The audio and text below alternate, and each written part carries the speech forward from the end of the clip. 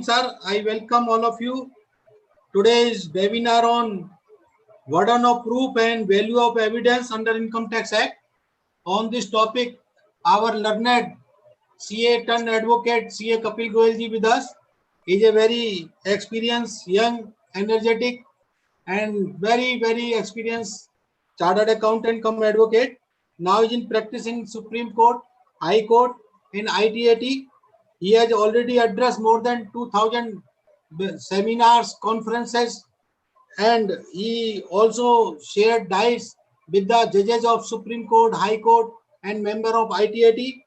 He already addressed webinar during lockdown more than 75, and this is the brief profile. He is in especially practice in litigation in under Income Tax Act, and last he has the blessing of Radha Rani ji. And this is the brief profile of our today's learned speaker Kapil Goyal ji. With this, I request Goyal sir, please start the webinar, sir. Thank you, Rajesh bhai.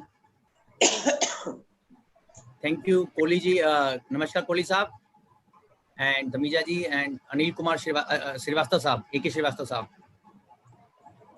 and all my friends who have joined me in this webinar. So, I think we all are safe and having the blessings of God and Ma and Lord Bake Bihari and Radharani, and today we have second Somvar of the Sawan month. Yes, sir. So Yes, Bholenath also blesses all of us, and God remains kind and blessful to all my friends and my colleagues, my brothers, my sisters. I am Rajesh bhai audible properly? yes, sir. Yes, sir, loud and clear. Sir.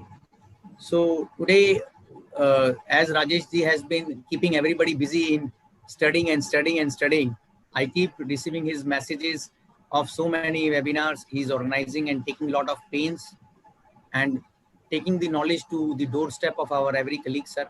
It's a good point, and we all should always try to learn more and more as much we can do. And Rajesh bhai, I believe you have also not spared me. You keep me also involved. Sir, This is good. This is a positive side of the thing. Sir. So it is never. बंसी वाले की कृपा है. हाँ sir, ये बहुत अच्छा है कोहली जी कि परमात्मा की दया है कि हम अपने आप को अध्ययन के रूप में पॉजिटिव एनर्जीज के रूप में आगे ले जाते हैं. मुझे याद है हमने 2-3 बार मैं मिला हूँ, कैपिटल गेन्स पे मिले थे लास्ट टाइम, मेरे को याद आ रहा है. जी sir. Last meeting capital gains पे थी. जी सर. उससे पहले एक बार आपने शेयर कैपिटल पेनी स्टॉक पे भी बुलाया था. तो अभी ये है कि सर ये यात्रा जो आप लोग एकेडमिक जो ये सोजॉर्न है, ये चलती रहे परमात्मा के आशीर्वाद से, चाहे कोरोना वायरस का ये टाइम खत्म होना हो, पर हमारा ये बहुत अच्छा है कि हम ये सब पढ़ते रहें सर. तो आज का जो अध्ययन का विषय है सर, आज का जो हमारे कार्यशाला का अध्ययन का विषय है वो burden of proof and evidentiary value है सर. और राजेश जी क्योंकि अब थोड़ा बहुत लॉ में भी रुचि लेने लगे हैं, तो इस बात को अप्रिशिएट करते हैं और कि कानून के अंदर सर बर्डन ऑफ प्रूफ, और चाहे कोई भी कानून हो, इनकम टैक्स एक्ट ही नहीं है सर, चाहे कोई भी कानून हो, whether it is any legislation, the concept of burden of proof sir has very important significant value. It is not like this that anything we discuss rather in courts of law, when we go to higher court, Supreme Court, High Court and tribunal, generally the focus is on burden of proof. Whether a particular person on whom the burden lies has discharged his burden or not, or has lawfully shifted his burden or not, sir. Now, burden of proof is not a concept in the law which has been made in recently. It is a very old concept, sir. It is a very important foundational principle on which I am telling again and again, sir. The entire fate of a particular law or a provision decides whether a burden is discharged or not discharged. So we have to be very careful when we read a particular provision in a particular law, that on whom burden lies. Now, we can divide this discussion in two parts. One part I will try to take side by side, Rajesh ji, the evidentiary value, the principles of the evidence law. Yes, sir. and the provisions of the evidence law which has critical value in tax laws also, and which courts have been applying in tax laws also. And for one part of discussion will be focused on evidence law, and second part of the discussion, or one part of the other part of the discussion, will be focused on how in various provisions of the Income Tax Act, courts have appreciated on whom a particular burden lies and when a burden shifts. So it has to be evaluated in provision by provision manner. It has to be evaluated in by section manner in the legislation like Income Tax Act we are dealing. That on whom a burden lies to prove a particular fact. Now let me evaluate and take a point, sir, forward. Supposingly one assessee has done a transaction, sir. Simple transaction I am taking for example. One assessee is there. He is, let me say my example. I am Kapil Goyal. I have taken one loan from Rajesh Agrawal. Now, am I clear, sir? Am I audible properly? Sorry. Yes, sir. Yes, sir. Is my am I properly audible, sir? Yes, sir. Yes, sir. Yes. So what I was submitting is, sir, that supposingly I happen to receive a loan from Rajesh Bhai, and my assessing officer wants to know the transaction which I have done with the Rajesh ji. Then Rajesh ji, the law will be like this. Now, one is this: section 68 is there in the Income Tax Act, which says that where any sum is found credited in the books of the assessee. I am starting from section 68 and this unsecured loan transaction because it is easy to explain. So where any sum is found credited in the books of an assessee, then assessee is supposed to explain the nature and source of that credit. Now, the explanation has to be given by the taxpayer qua the credit in the books of accounts. And the explanation should be, now the other part of the section says that explanation should be found satisfactory to the AO. If it is not found satisfactory, then he can draw adverse inference under section 68 and treat that sum as the unexplained income of the assessee. So if you go by the text of section 68, then it will be clear to you that section 68 is founded on a very important principle of Indian evidence law. That is section 106 of Indian Evidence Act. I am talking about at one side section 68 of income tax law. I am talking on other side section 106 of the Indian evidence law. Now, what is the symmetry between the two? Section 68 calls an assessee to explain the cash credit in his books. Section 106 of the Indian evidence law says, sir, if a fact is in the specific knowledge of a person, he is required to prove that specific fact which is in his specific knowledge. Now, for the benefit of all, so that better understanding can come, I am reading the section 106 because 68 to sabko rata hua hai. Section 106 Indian evidence law ka kehta hai, sir, where any fact is especially within the knowledge of any person, the burden of proving that fact is upon him.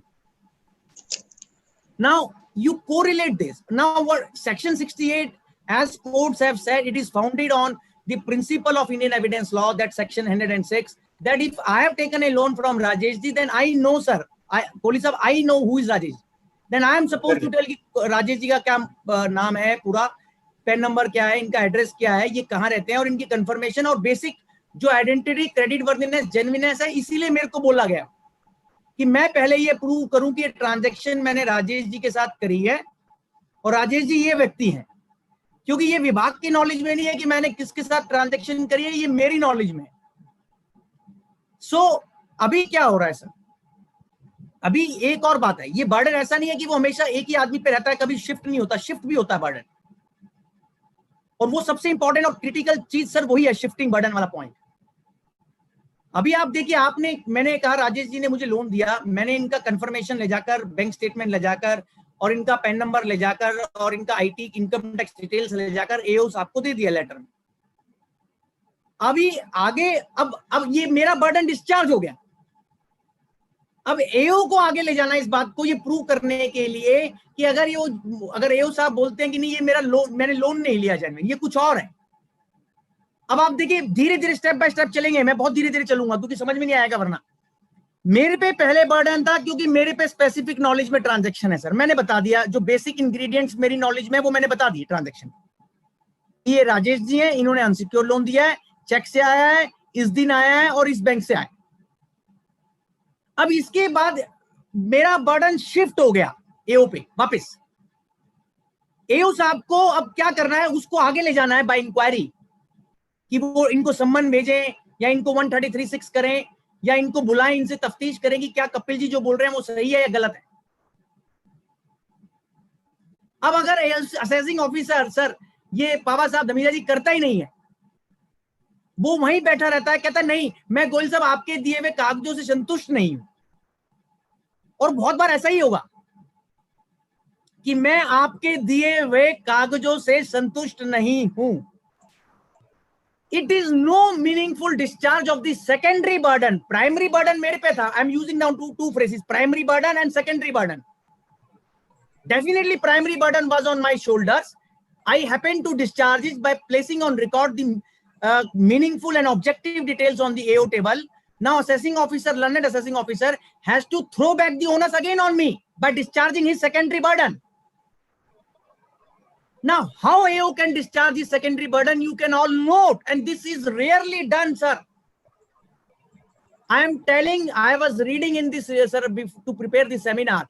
There are two important provisions in the Civil Procedure Code. आप कहेंगे CPC income tax act पे लगता ही कैसे, 131 section पढ़ी।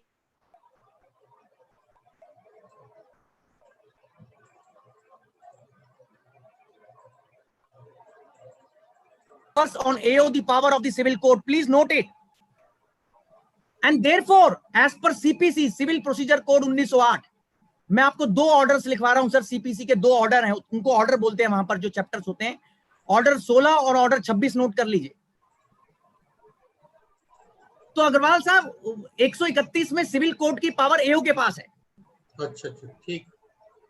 और एओ को क्या चाहिए कि मेरे केस के अंदर अगर मेरी बात को झूठा साबित करना है या मेरे पे वापस ऑनर्स थ्रो बैक करना है बर्डन, तो उनको मेरी बातों को झूठा साबित करना पड़ेगा या कॉन्ट्रेरी, या उसमें कॉन्ट्रेरी चीजें लानी पड़ेंगी।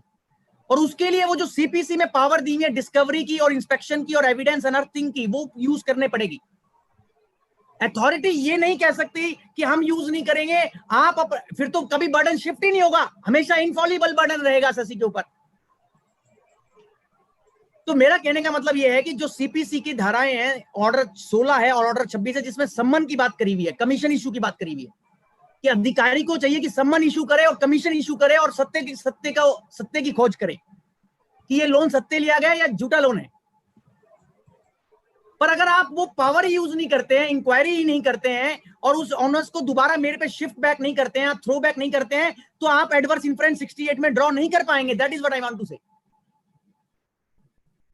तो इसमें क्या बातें निकल के आई? दो बातें। Prime, it is not like this कि that burden remains permanent on one party. Burden keeps shifting as the case progresses. In some very complicated cases, it can be difficult to find out.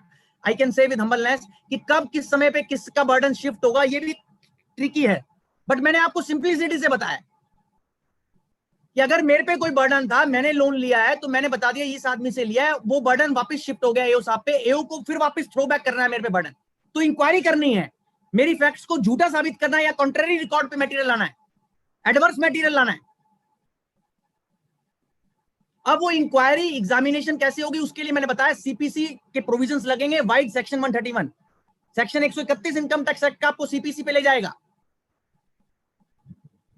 और CPC हमारे यहां, मैं आपको बता रहा हूं sir बड़ी हम्बलनेस से, कि हमारे अधिकारी सीपीसी के प्रोविजंस यूज करना जानते ही नहीं अभी भी, क्योंकि उनको ये शायद फील होता होगा कि बर्डन शिफ्ट ही नहीं हुआ, बर्डन परमानेंट है हमारे ऊपर। अगर बर्डन परमानेंट है फिर तो चर्चा खत्म होगी, फिर तो कभी डिस्चार्ज ही नहीं होगा, फिर तो आप जो मर्जी दे दीजिए, फिर भी आपका एडिशन हो सकता है। ऐसे थोड़ा ना ऑब्जेक्टिव लॉ चलेगा। तो इसीलिए ये बहुत जरूरी है कानून में समझना कि शिफ्टिंग बर्डन का कंसेप्ट क्या है, प्राइमरी बर्डन क्या है, सेकेंडरी बर्डन क्या है और इंक्वायरी क्या है। Am I there, sir? Rajesh ji and Kohli sahab and others? Yes, sir. Very right. My point is clear, sir? Very clear, sir. Very clear. So I want to correlate this illustration only, this simple illustration, with some other provisions of the evidence law. कि आपका primary burden है और आपने ये बता दिया कि आपकी नॉलेज में जो फैक्ट है और वो आपका बर्डन शिफ्ट हो गया, फिर एओस आपको इंक्वायरी करनी है। सर इंडियन एविडेंस लॉ में ये लिखा हुआ है, और ये मैं बता दूं, इंडियन एविडेंस लॉ, कुछ लोग, अभी हमारे को भी सबको ही पता है कि इनकम टैक्स लॉ पे एविडेंस लॉ स्ट्रिक्टली एप्लीकेबल नहीं होता है, ये सुप्रीम कोर्ट ने बोला हुआ है, बट उसके प्रिंसिपल एविडेंस लॉ के जरूर एप्लीकेबल होते हैं।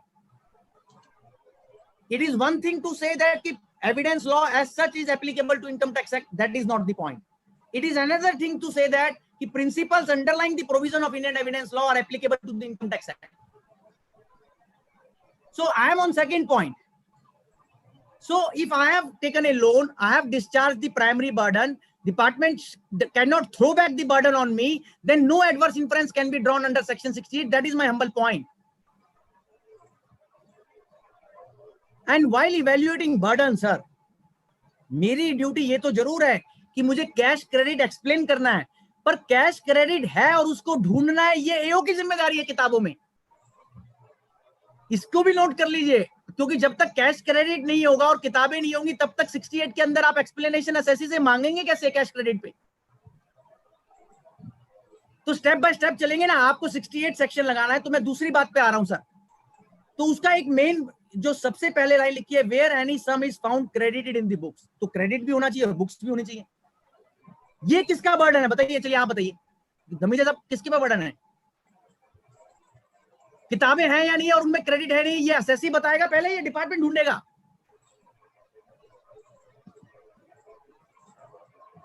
डिपार्टमेंट को बताना है पहले। तो सो ज्यूरिडिक्शनल फैक्ट एक टर्म नोट कर लीजिए, मेरे को नहीं पता अभी आपने इसको कितना बारीकी से देखा है, कि किसी भी प्रावधान के अंदर कुछ फैक्ट्स होते हैं जिन पे उन प्रावधान की एप्लीकेबिलिटी को हम बोलते हैं ज्यूरिडिक्शनल फैक्ट। एक होता है एडजुडिकेटरी फैक्ट, एक होता है ज्यूरिडिक्शनल फैक्ट। नोट कर लीजिए बात। ज्यूरिडिक्शनल फैक्ट वह फैक्ट है जिसके ऊपर उस प्रावधान की इन्वोकेबिलिटी और एप्लीकेबिलिटी थ्रेशोल्ड पे डिसाइड हो रही है कि वो एप्लीकेबल होता है नहीं होता आप पे। तो 68 एप्लीकेबल तभी होगा जब ज्यूरिडिक्शनल फैक्ट दो होंगे। नंबर 1, cash sum credited and books of accounts.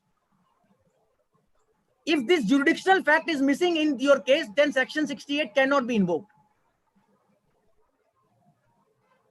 And may I tell you, sir, Rajesh ji, the burden to prove the jurisdictional fact is on the department. First on the department. पहले तो आप उस section में घुसेंगे तो ये बताएंगे कि साहब ये सेक्शन में 68 है, आपकी समय, आपका क्रेडिट है, किताबें हैं, तब एक्सप्लेनेशन कपिल गोयल जी देंगे, राजेश अग्रवाल जी से लोन आया है, तब वो शिफ्ट बैक करेगा ऑनर्स को, तब 68 लगा पाएगा बाद में। जी जी जी जी। तो यहां 3 चीजें मैंने आपको लिखवा दी, primary burden versus secondary burden.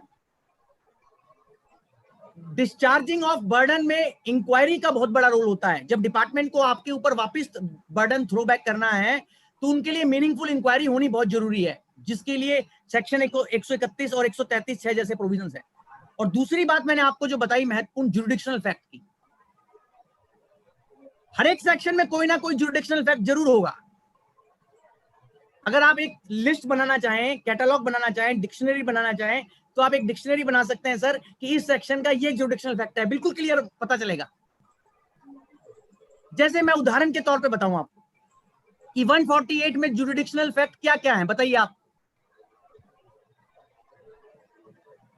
148 का ज्यूरिडिक्शनल फैक्ट है कि आपको असेसिंग ऑफिसर ने नोटिस 148 का दिया है, जो कॉम्पिटेंट ऑफिसर है, with in time limit. Number 2, time limit में दिया है, इशू किया 6 साल के अंदर, लेट अस से। फिर तीसरा, उसके लिए प्रॉपर पहले से रीजंस रिकॉर्ड किया और अप्रूवल ली है, रीजंस भी प्रोवाइड किए। नहीं, आप नोट करें 148 के अंदर आप ज्यूरिडिक्शनल फैक्ट किसको कह रहे हैं? जी जी जी जी।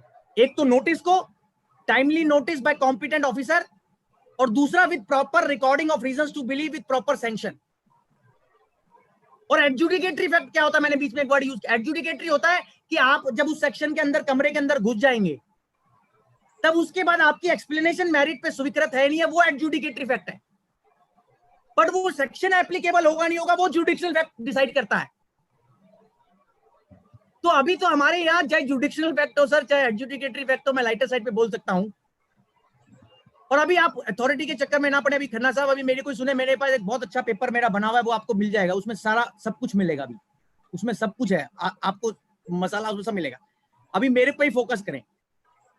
अभी आपको भेज दूंगा मैं राजेश भाई को, श्योर सर, श्योर। पॉइंट ये है सर कि जब एडजुडिकेटरी फैक्ट की बात होती है तो भी वो कहते हैं बर्डन हमारे ऊपर है, जुडिक्शनल फैक्ट की बात होती है तो भी आप कहते हैं बर्डन मेरे ऊपर है।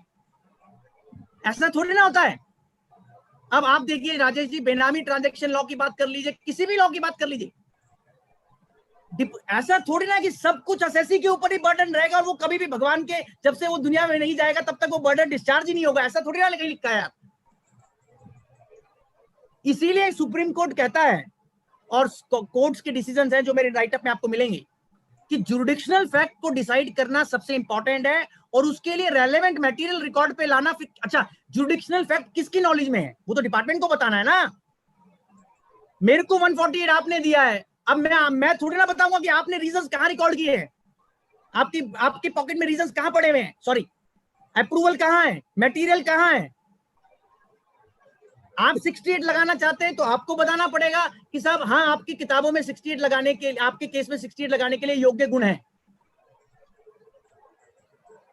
तो कहने का मतलब ये है सर कि जब हम बात करते हैं बर्डन ऑफ प्रूफ की और एविडेंशियरी वैल्यू की, तो उसमें जुडिक्शनल फैक्ट को और एडजुडिकेटरी फैक्ट को अलग रख के चलें। और ये आपको हर एक सेक्शन में और हर एक लॉ में काम आएगी बात। और इसमें भेद करना अगर हम सीख जाएंगे या हम अपनी बात में कह पाएंगे सबमिशन के अंदर, तो डिपार्टमेंट को उसको काटने में दिक्कत होगी, क्योंकि कई बार जुडिक्शनल फैक्ट होते ही नहीं है कटवाली साहब, जुडिक्शनल फैक्ट ही नहीं होते। मतलब कि आपने गाड़ी तो मतलब बंदूक तो चला दी, पर पता नहीं बंदूक चलाने का जो आपके पास ट्रिगर है या जो जुडिक्शन है वो आ रही नहीं आ रही। अरे भैया, बंदूक चलाने की जुडिक्शन भी तो होनी चाहिए। आप कहिए सारे एसएससी, चाहे जिनके पास खाते हैं या नहीं है, चाहे क्रेडिट है चाहे डेबिट है, सब एक है और 68 लग जाएगा, ऐसे कैसे चलेगा। तो इसीलिए जुरिडिक्शनल फैक्ट्स को एडजुडिकेटरी फैक्ट से डिस्टिंग्विश करना बहुत जरूरी है सर। और जुडिक्शनल फैक्ट से मतलब ये होता है, मैंने आपको दोबारा बता रहा हूं, कि जिस फैक्ट के ऊपर उस सेक्शन की इन्वोकेबिलिटी थ्रेशोल्ड पे डिसाइड होनी चाहिए कि जुरिडिक्शन एंटर करने की जुरिडिक्शन। 68 का बता दिया मैंने आपको। लेट अस टेक टू 69 कि 69 सेक्शन कैसे लगेगा। 69 सेक्शन तब लगेगा सर जब आपने कोई इन्वेस्टमेंट करी है, उसमें वर्ड लिखा है where SSC has made some investment and assessing officer alleges that this investment is not recorded in your books.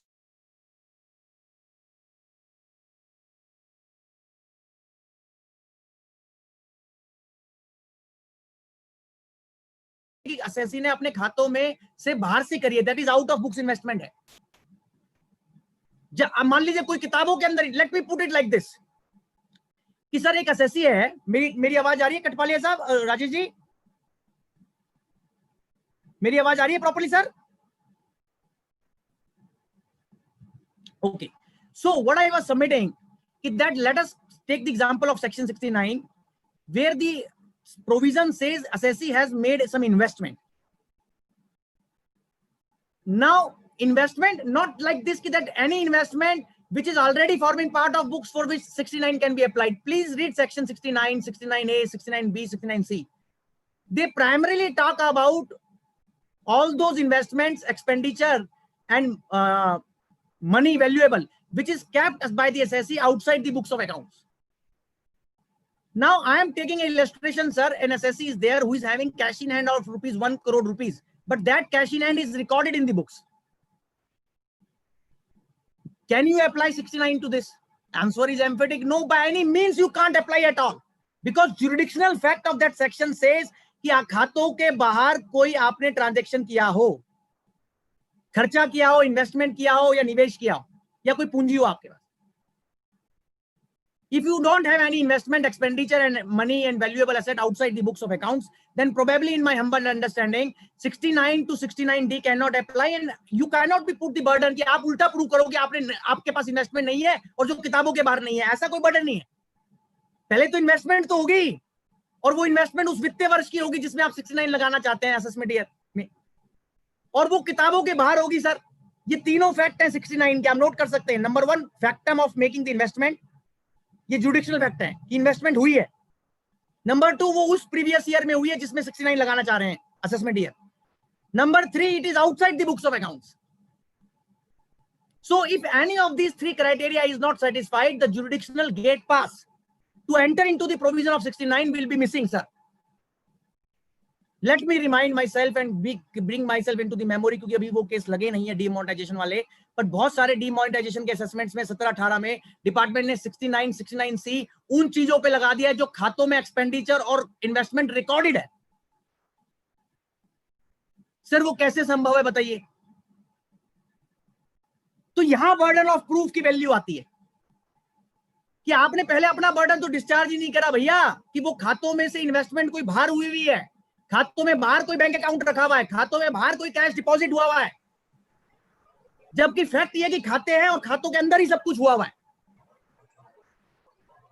तो दोनों बातों में सर जमीन और आसमान का अंतर है जब मैं 69 to 69D की बात करता हूं। तो इसीलिए मैंने कहा सर कि ज्यूरिडिक्शनल फैक्ट वर्सेस एडजुडिकेटरी फैक्ट एक बड़ी महत्वपूर्ण चीज है। एक और उदाहरण ले लेते हैं बात को और सरलता से समझाने के लिए। ये तो 68 to 69D हो गया सर। जी सर, जी सर।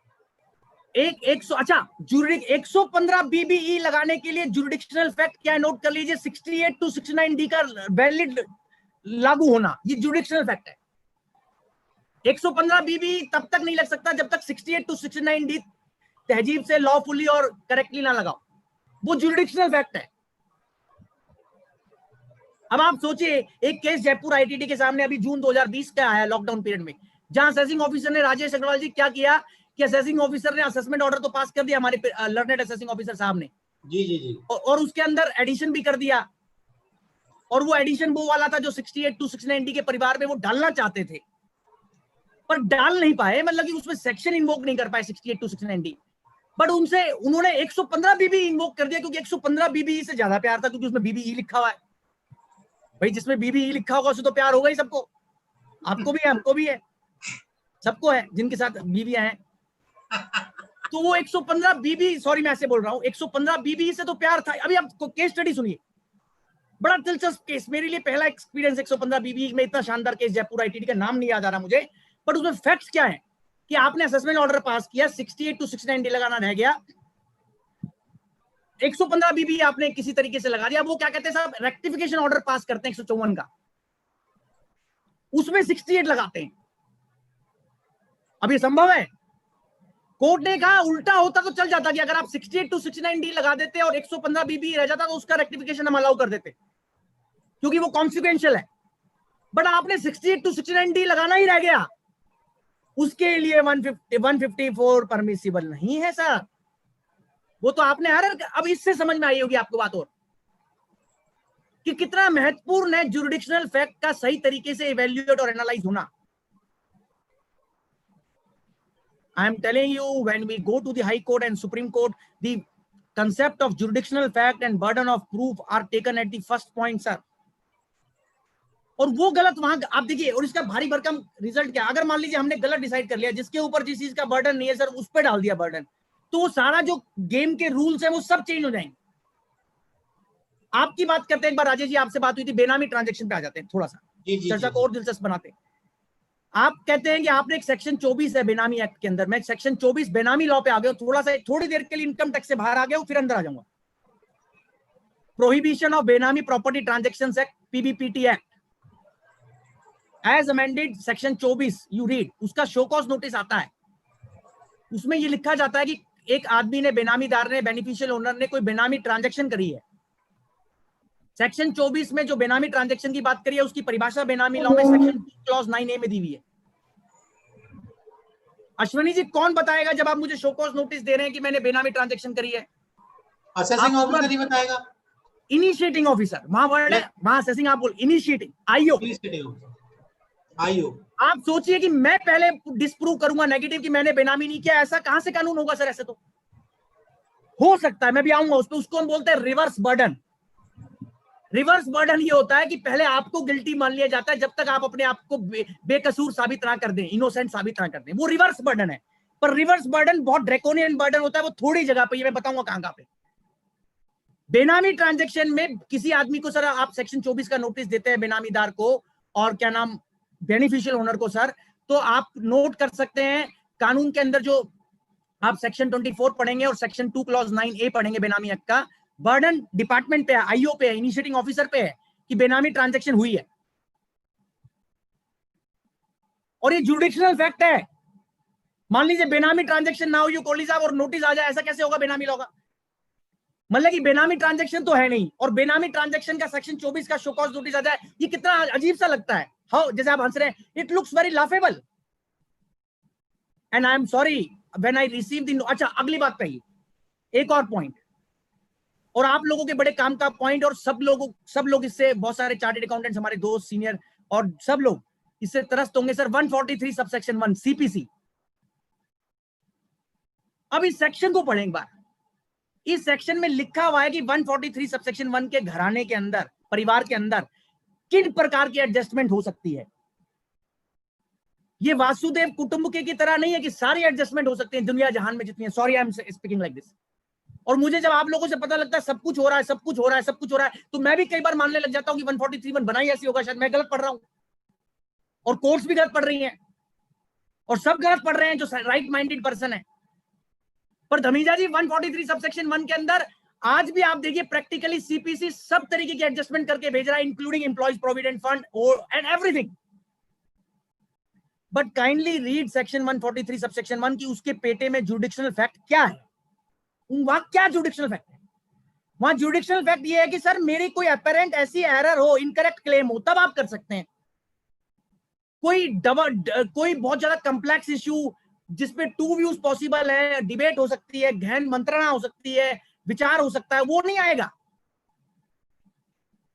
तो किसने ये बनाया सिस्टम में कि 143(1) सब चीजों पे हो सकता है और उन चीजों पे भी हो सकता है जो अदरवाइज कानून के अंदर दायरे में नहीं आ रही है। कानून मतलब 143 सबसेक्शन 1 के अंदर जो लिस्ट है 4 पॉइंट की, और वो जुडिशनल फैक्ट है, उसके लिए बर्डन डिपार्टमेंट के ऊपर है कि वो प्रूव करना कि वो अपरेंट क्लेम है। यहां तो बर्डन क्या है, आपको 143 आ गया भाई साहब, आप अपने घर पे रहिए और या तो अपील फाइल करिए या 154 फाइल करिए, और जब तक नहीं करेंगे तब तक आपकी डिमांड आपके सर पे रहेगी।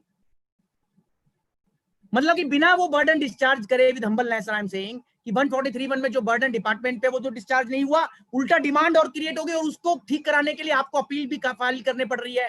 कई बार हमारे जैसे वकीलों की सहायता भी लेनी पड़ती है और हमें भी फीस देनी पड़ती है, क्योंकि बिना फीस के तो काम होता नहीं है। फिर उसके बाद आपको इधर उधर धक्के भी खाने पड़ते हैं। तो अभी कोहली जी क्या करेंगे बताइए? कहां तो बर्डन ऑफ प्रूफ रह गया, कहां जुडिशनल फैक्ट रह गया, और कहां वो सेक्शन रह गया, और प्रैक्टिकल चीज कहां आ गई?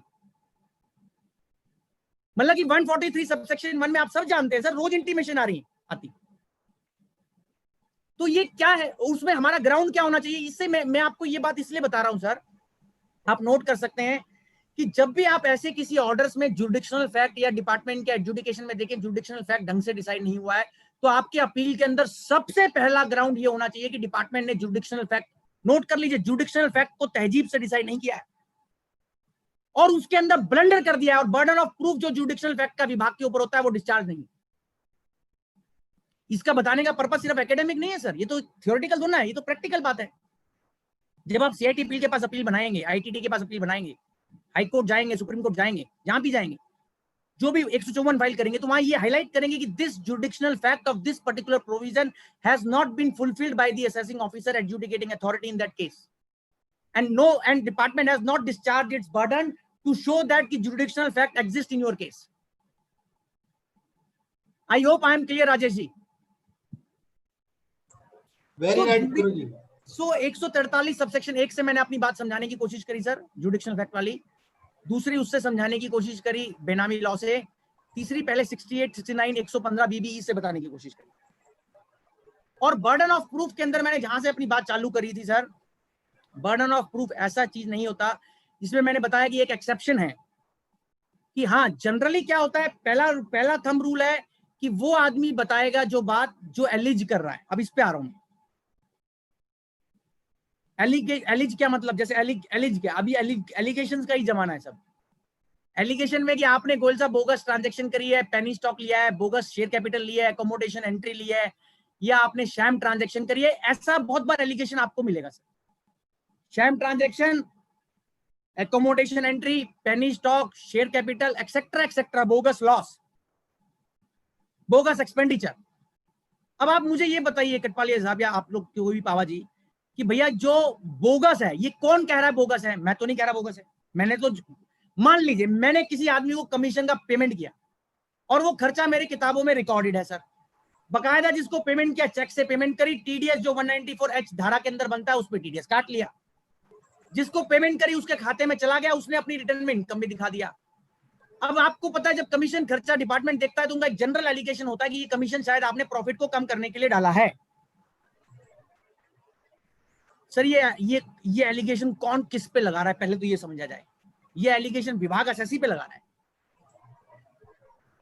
तो इसको प्रूव करने का काम मैं तो ये प्रूव कर सकता हूं कि मैंने कमीशन दी है, इस आदमी को दी है, यहां रहता है, ये पैन नंबर है, ये फलाना ढिमकाना। अभी आपको उसको कहना है कि नहीं ये बोगस है और शैम है। सबसे इंपॉर्टेंट पॉइंट जो मैं अभी डिस्कस करना हूं, अभी दूसरे इंपॉर्टेंट महत्वपूर्ण सब आप नोट कर लें सर, शैम ट्रांजैक्शन।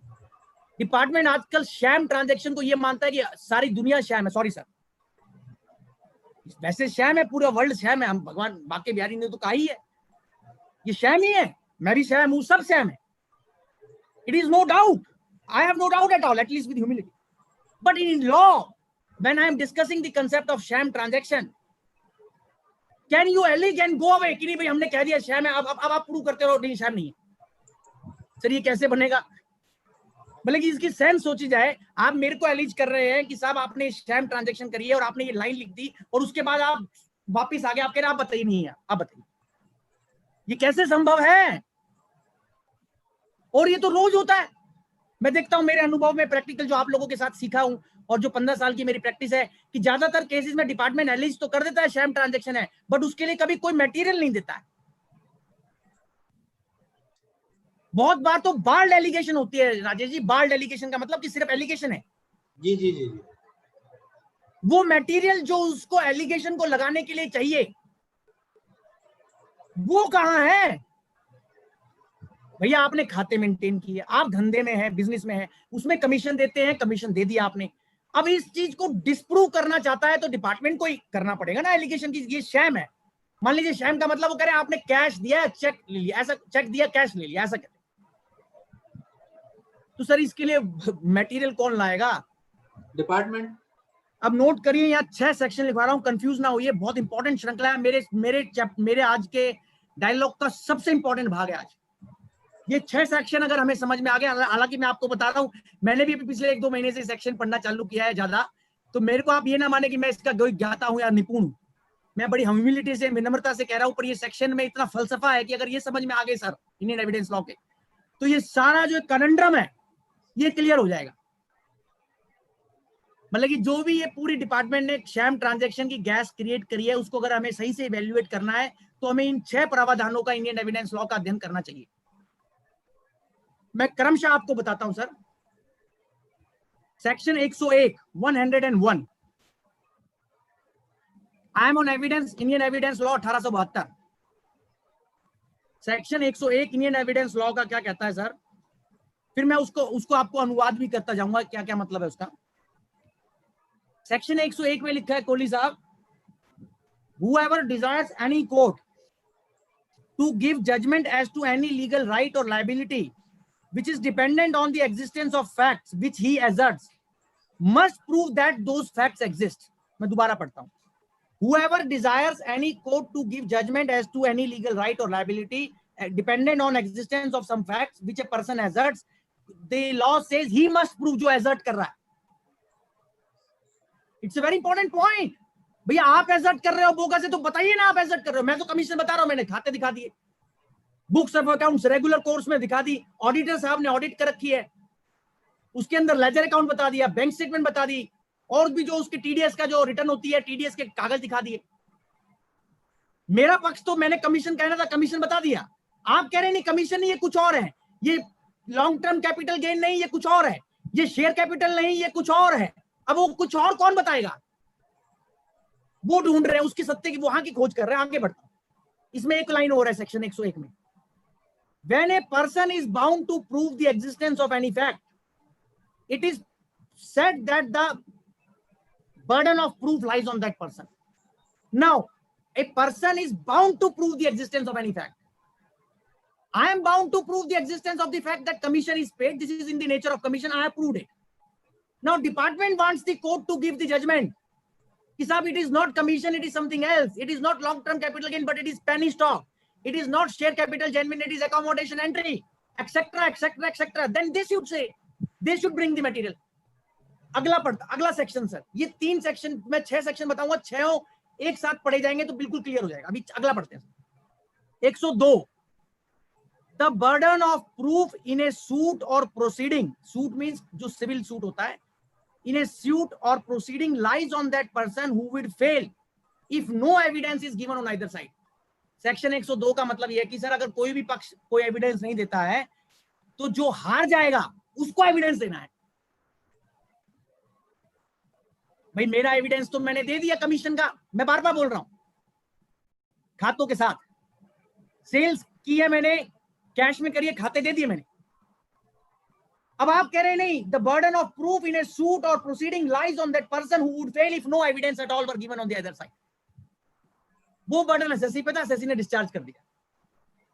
103 पे आइए, महत्वपूर्ण पॉइंट, एक और पॉइंट, सेक्शन 103 नोट करिए sir. The burden of proof as to any particular fact, ये बहुत इंपॉर्टेंट है.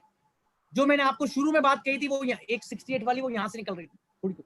The burden of proof of any fact as to any particular fact lies on that person who wishes the court to believe in its existence. 101 और 103 भाई भाई हैं. अभी मैंने आपको 101 पढ़ाया था, 103 में भी ये लिखा है कि अगर कोई आदमी चाहता है कोर्ट को बिलीव करना कि एक तथ्य एग्जिस्ट करता है, फैक्ट एग्जिस्ट करता है, तो उसको बताना है. सर मैं क्या चाहता हूं, मैं तो चाहता हूं कमीशन, मैंने बता दिया. डिपार्टमेंट चाहता है कमीशन नहीं है तो डिपार्टमेंट को बताना पड़ेगा. अनलेस, इसमें एक लाइन लिखी है कथवालिया साहब, वो नोट करने वाली है इसके आगे 103 में, unless it is provided by any law that proof of that fact shall lie on any other particular person. ये रिवर्स बर्डन है. अगर उन्होंने चेंज कर दिया होता कि मेरे पे ही डाल दिया होता कि तुम ही प्रूव करोगे आगे तक कि कमीशन उसको गई है, एक्सेप्ट, ऐसा नहीं. सेक्शन 37 में ये लिखा है कि अगर आपने कोई खर्चा किया और आप उस खर्चे को सेक्शन 37 बिजनेस हेड के अंदर क्लेम करते हैं, इनकम टैक्स लॉ, तो आपको ये प्रूव करना है सर वो खर्चा बिजनेस से संबंधित है, बिजनेस से उसको Holi exclusively for business purpose है, पर्सनल नेचर का नहीं है, कैपिटल नेचर का नहीं है, और उसका बिजनेस से लेना देना, और वो इलीगल नहीं है. अगर साहब ये सब प्रूव हो गया तो उसके बाद अगर विभाग को ये प्रूव कर रहा है ये जेन्युइन खर्चा नहीं है, बोगस खर्चा है और शैम ट्रांजैक्शन है, तो वो कौन कहेगा? कहेगा नहीं, मतलब कौन प्रूव करेगा? ये बात कर रहे हैं.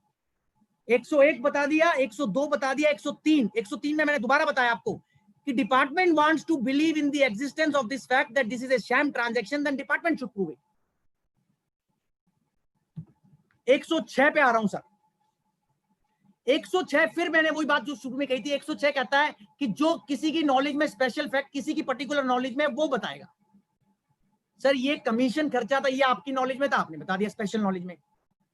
अब जो चीज डिपार्टमेंट की स्पेशल नॉलेज में कि ये शैम क्यों है, ये बोगस क्यों है, ये अकोमोडेशन एंट्री क्यों है, वो तो विभाग को ही बताना पड़ेगा.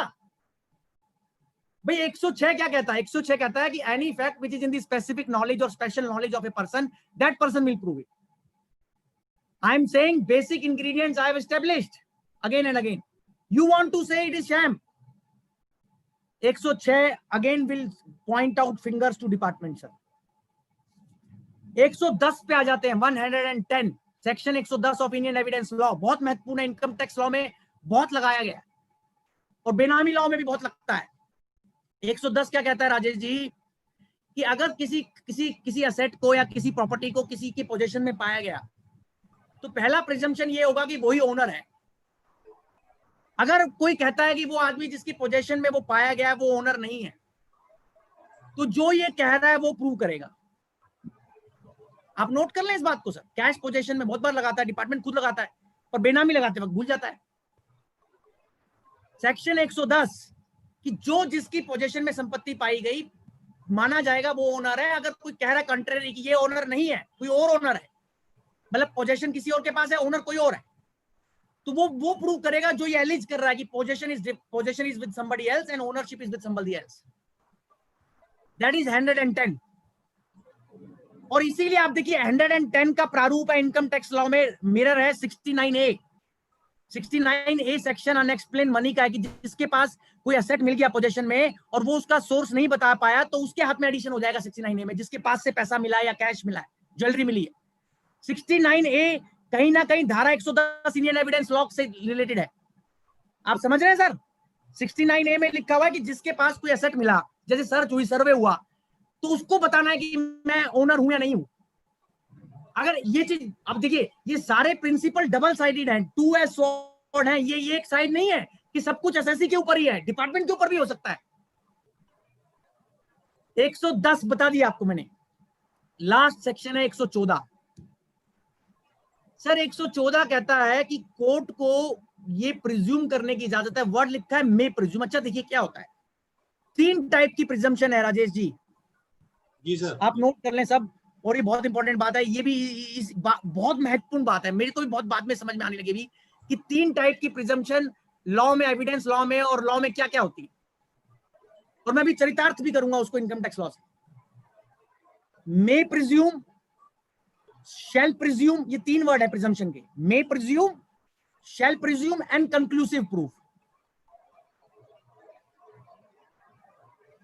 मे, शैल एंड कंक्लूसिव प्रूफ।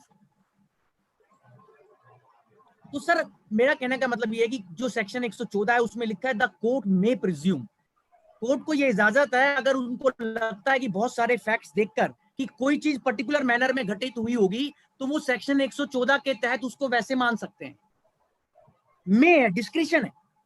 अब इसका उदाहरण क्या है, एक उदाहरण इलस्ट्रेशन में लॉ में, इंडियन एविडेंस लॉ में दिया हुआ है कि अप्रूवल ली हो गई तो ली हो सकता है, ली भी हो, मतलब कि all judicial acts are perform, ये 114 सेक्शन बोलता है।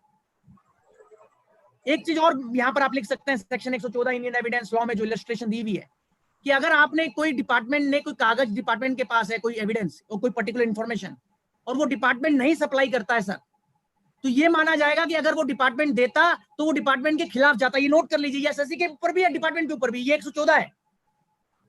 मान लीजिए किसी चीज का बर्डन मेरे पर है, या मेरे पास स्पेसिफिक नॉलेज में है, या मेरे को देनी है वो जानकारी मांगी गई है, मेरे पास है और मैं नहीं देता हूं, तो ये माना जाएगा कि अगर मैं देता तो वो मेरे खिलाफ जाती। और ये बात विभाग के ऊपर भी है। ये इलस्ट्रेशन आप नोट कर लीजिए, इंडियन एविडेंस लॉ के अंदर इलस्ट्रेशन है, लॉ में ही सेक्शन 114 के अंदर illustration number E and F. अब आप एक और बात, थोड़ा सा इसको प्रैक्टिकल बनाता हूं। सर अभी हमारे केसेस के अंदर डिमोनेटाइजेशन में असेसमेंट्स हुई, उससे क्लियर होगा, या पेनी स्टॉक ले लेता हूं, या पेनी स्टॉक ले लेते, चलिए वो ज्यादा क्लियर हो जाए कि मैंने किसी कंपनी के शेयर बेचे राजेश भाई, और उसमें मुझे लॉन्ग टर्म कैपिटल गेन हुआ, जो कंपनी डिपार्टमेंट की उन लिस्ट में 82 कंपनी की, जो डिपार्टमेंट पेनी स्टॉक बोलता है। अब इनकम टैक्स लॉ के स्टेप बाय स्टेप चलिए नोट करते जाइएगा बात को। इनकम टैक्स लॉ में पहला सेक्शन जिसमें लिखा है कि आपको एग्जेम्पशन मिलेगी लॉन्ग टर्म कैपिटल गेन की, दैट इज सेक्शन 10 क्लॉज 38। उसमें क्या लिखा है कि आपको कब मिलेगी सर, जब आपने स्टॉक एक्सचेंज पे ट्रांजैक्शन करी होगी, that is listed transaction on exchange, on the floor of the exchange, और आपने उस पे एसटीटी दे दिया होगा और वो लॉन्ग टर्म नेचर का हो। यही है सर? जी सर। तो उस टाइम का 1038, अभी का 1038 नहीं, अभी तो टैक्स लगता है। तो ट्रांजैक्शन लॉन्ग टर्म की है, टैक्स एसटीटी दे दिया गया है, और स्टॉक एक्सचेंज में ट्रांजैक्शन।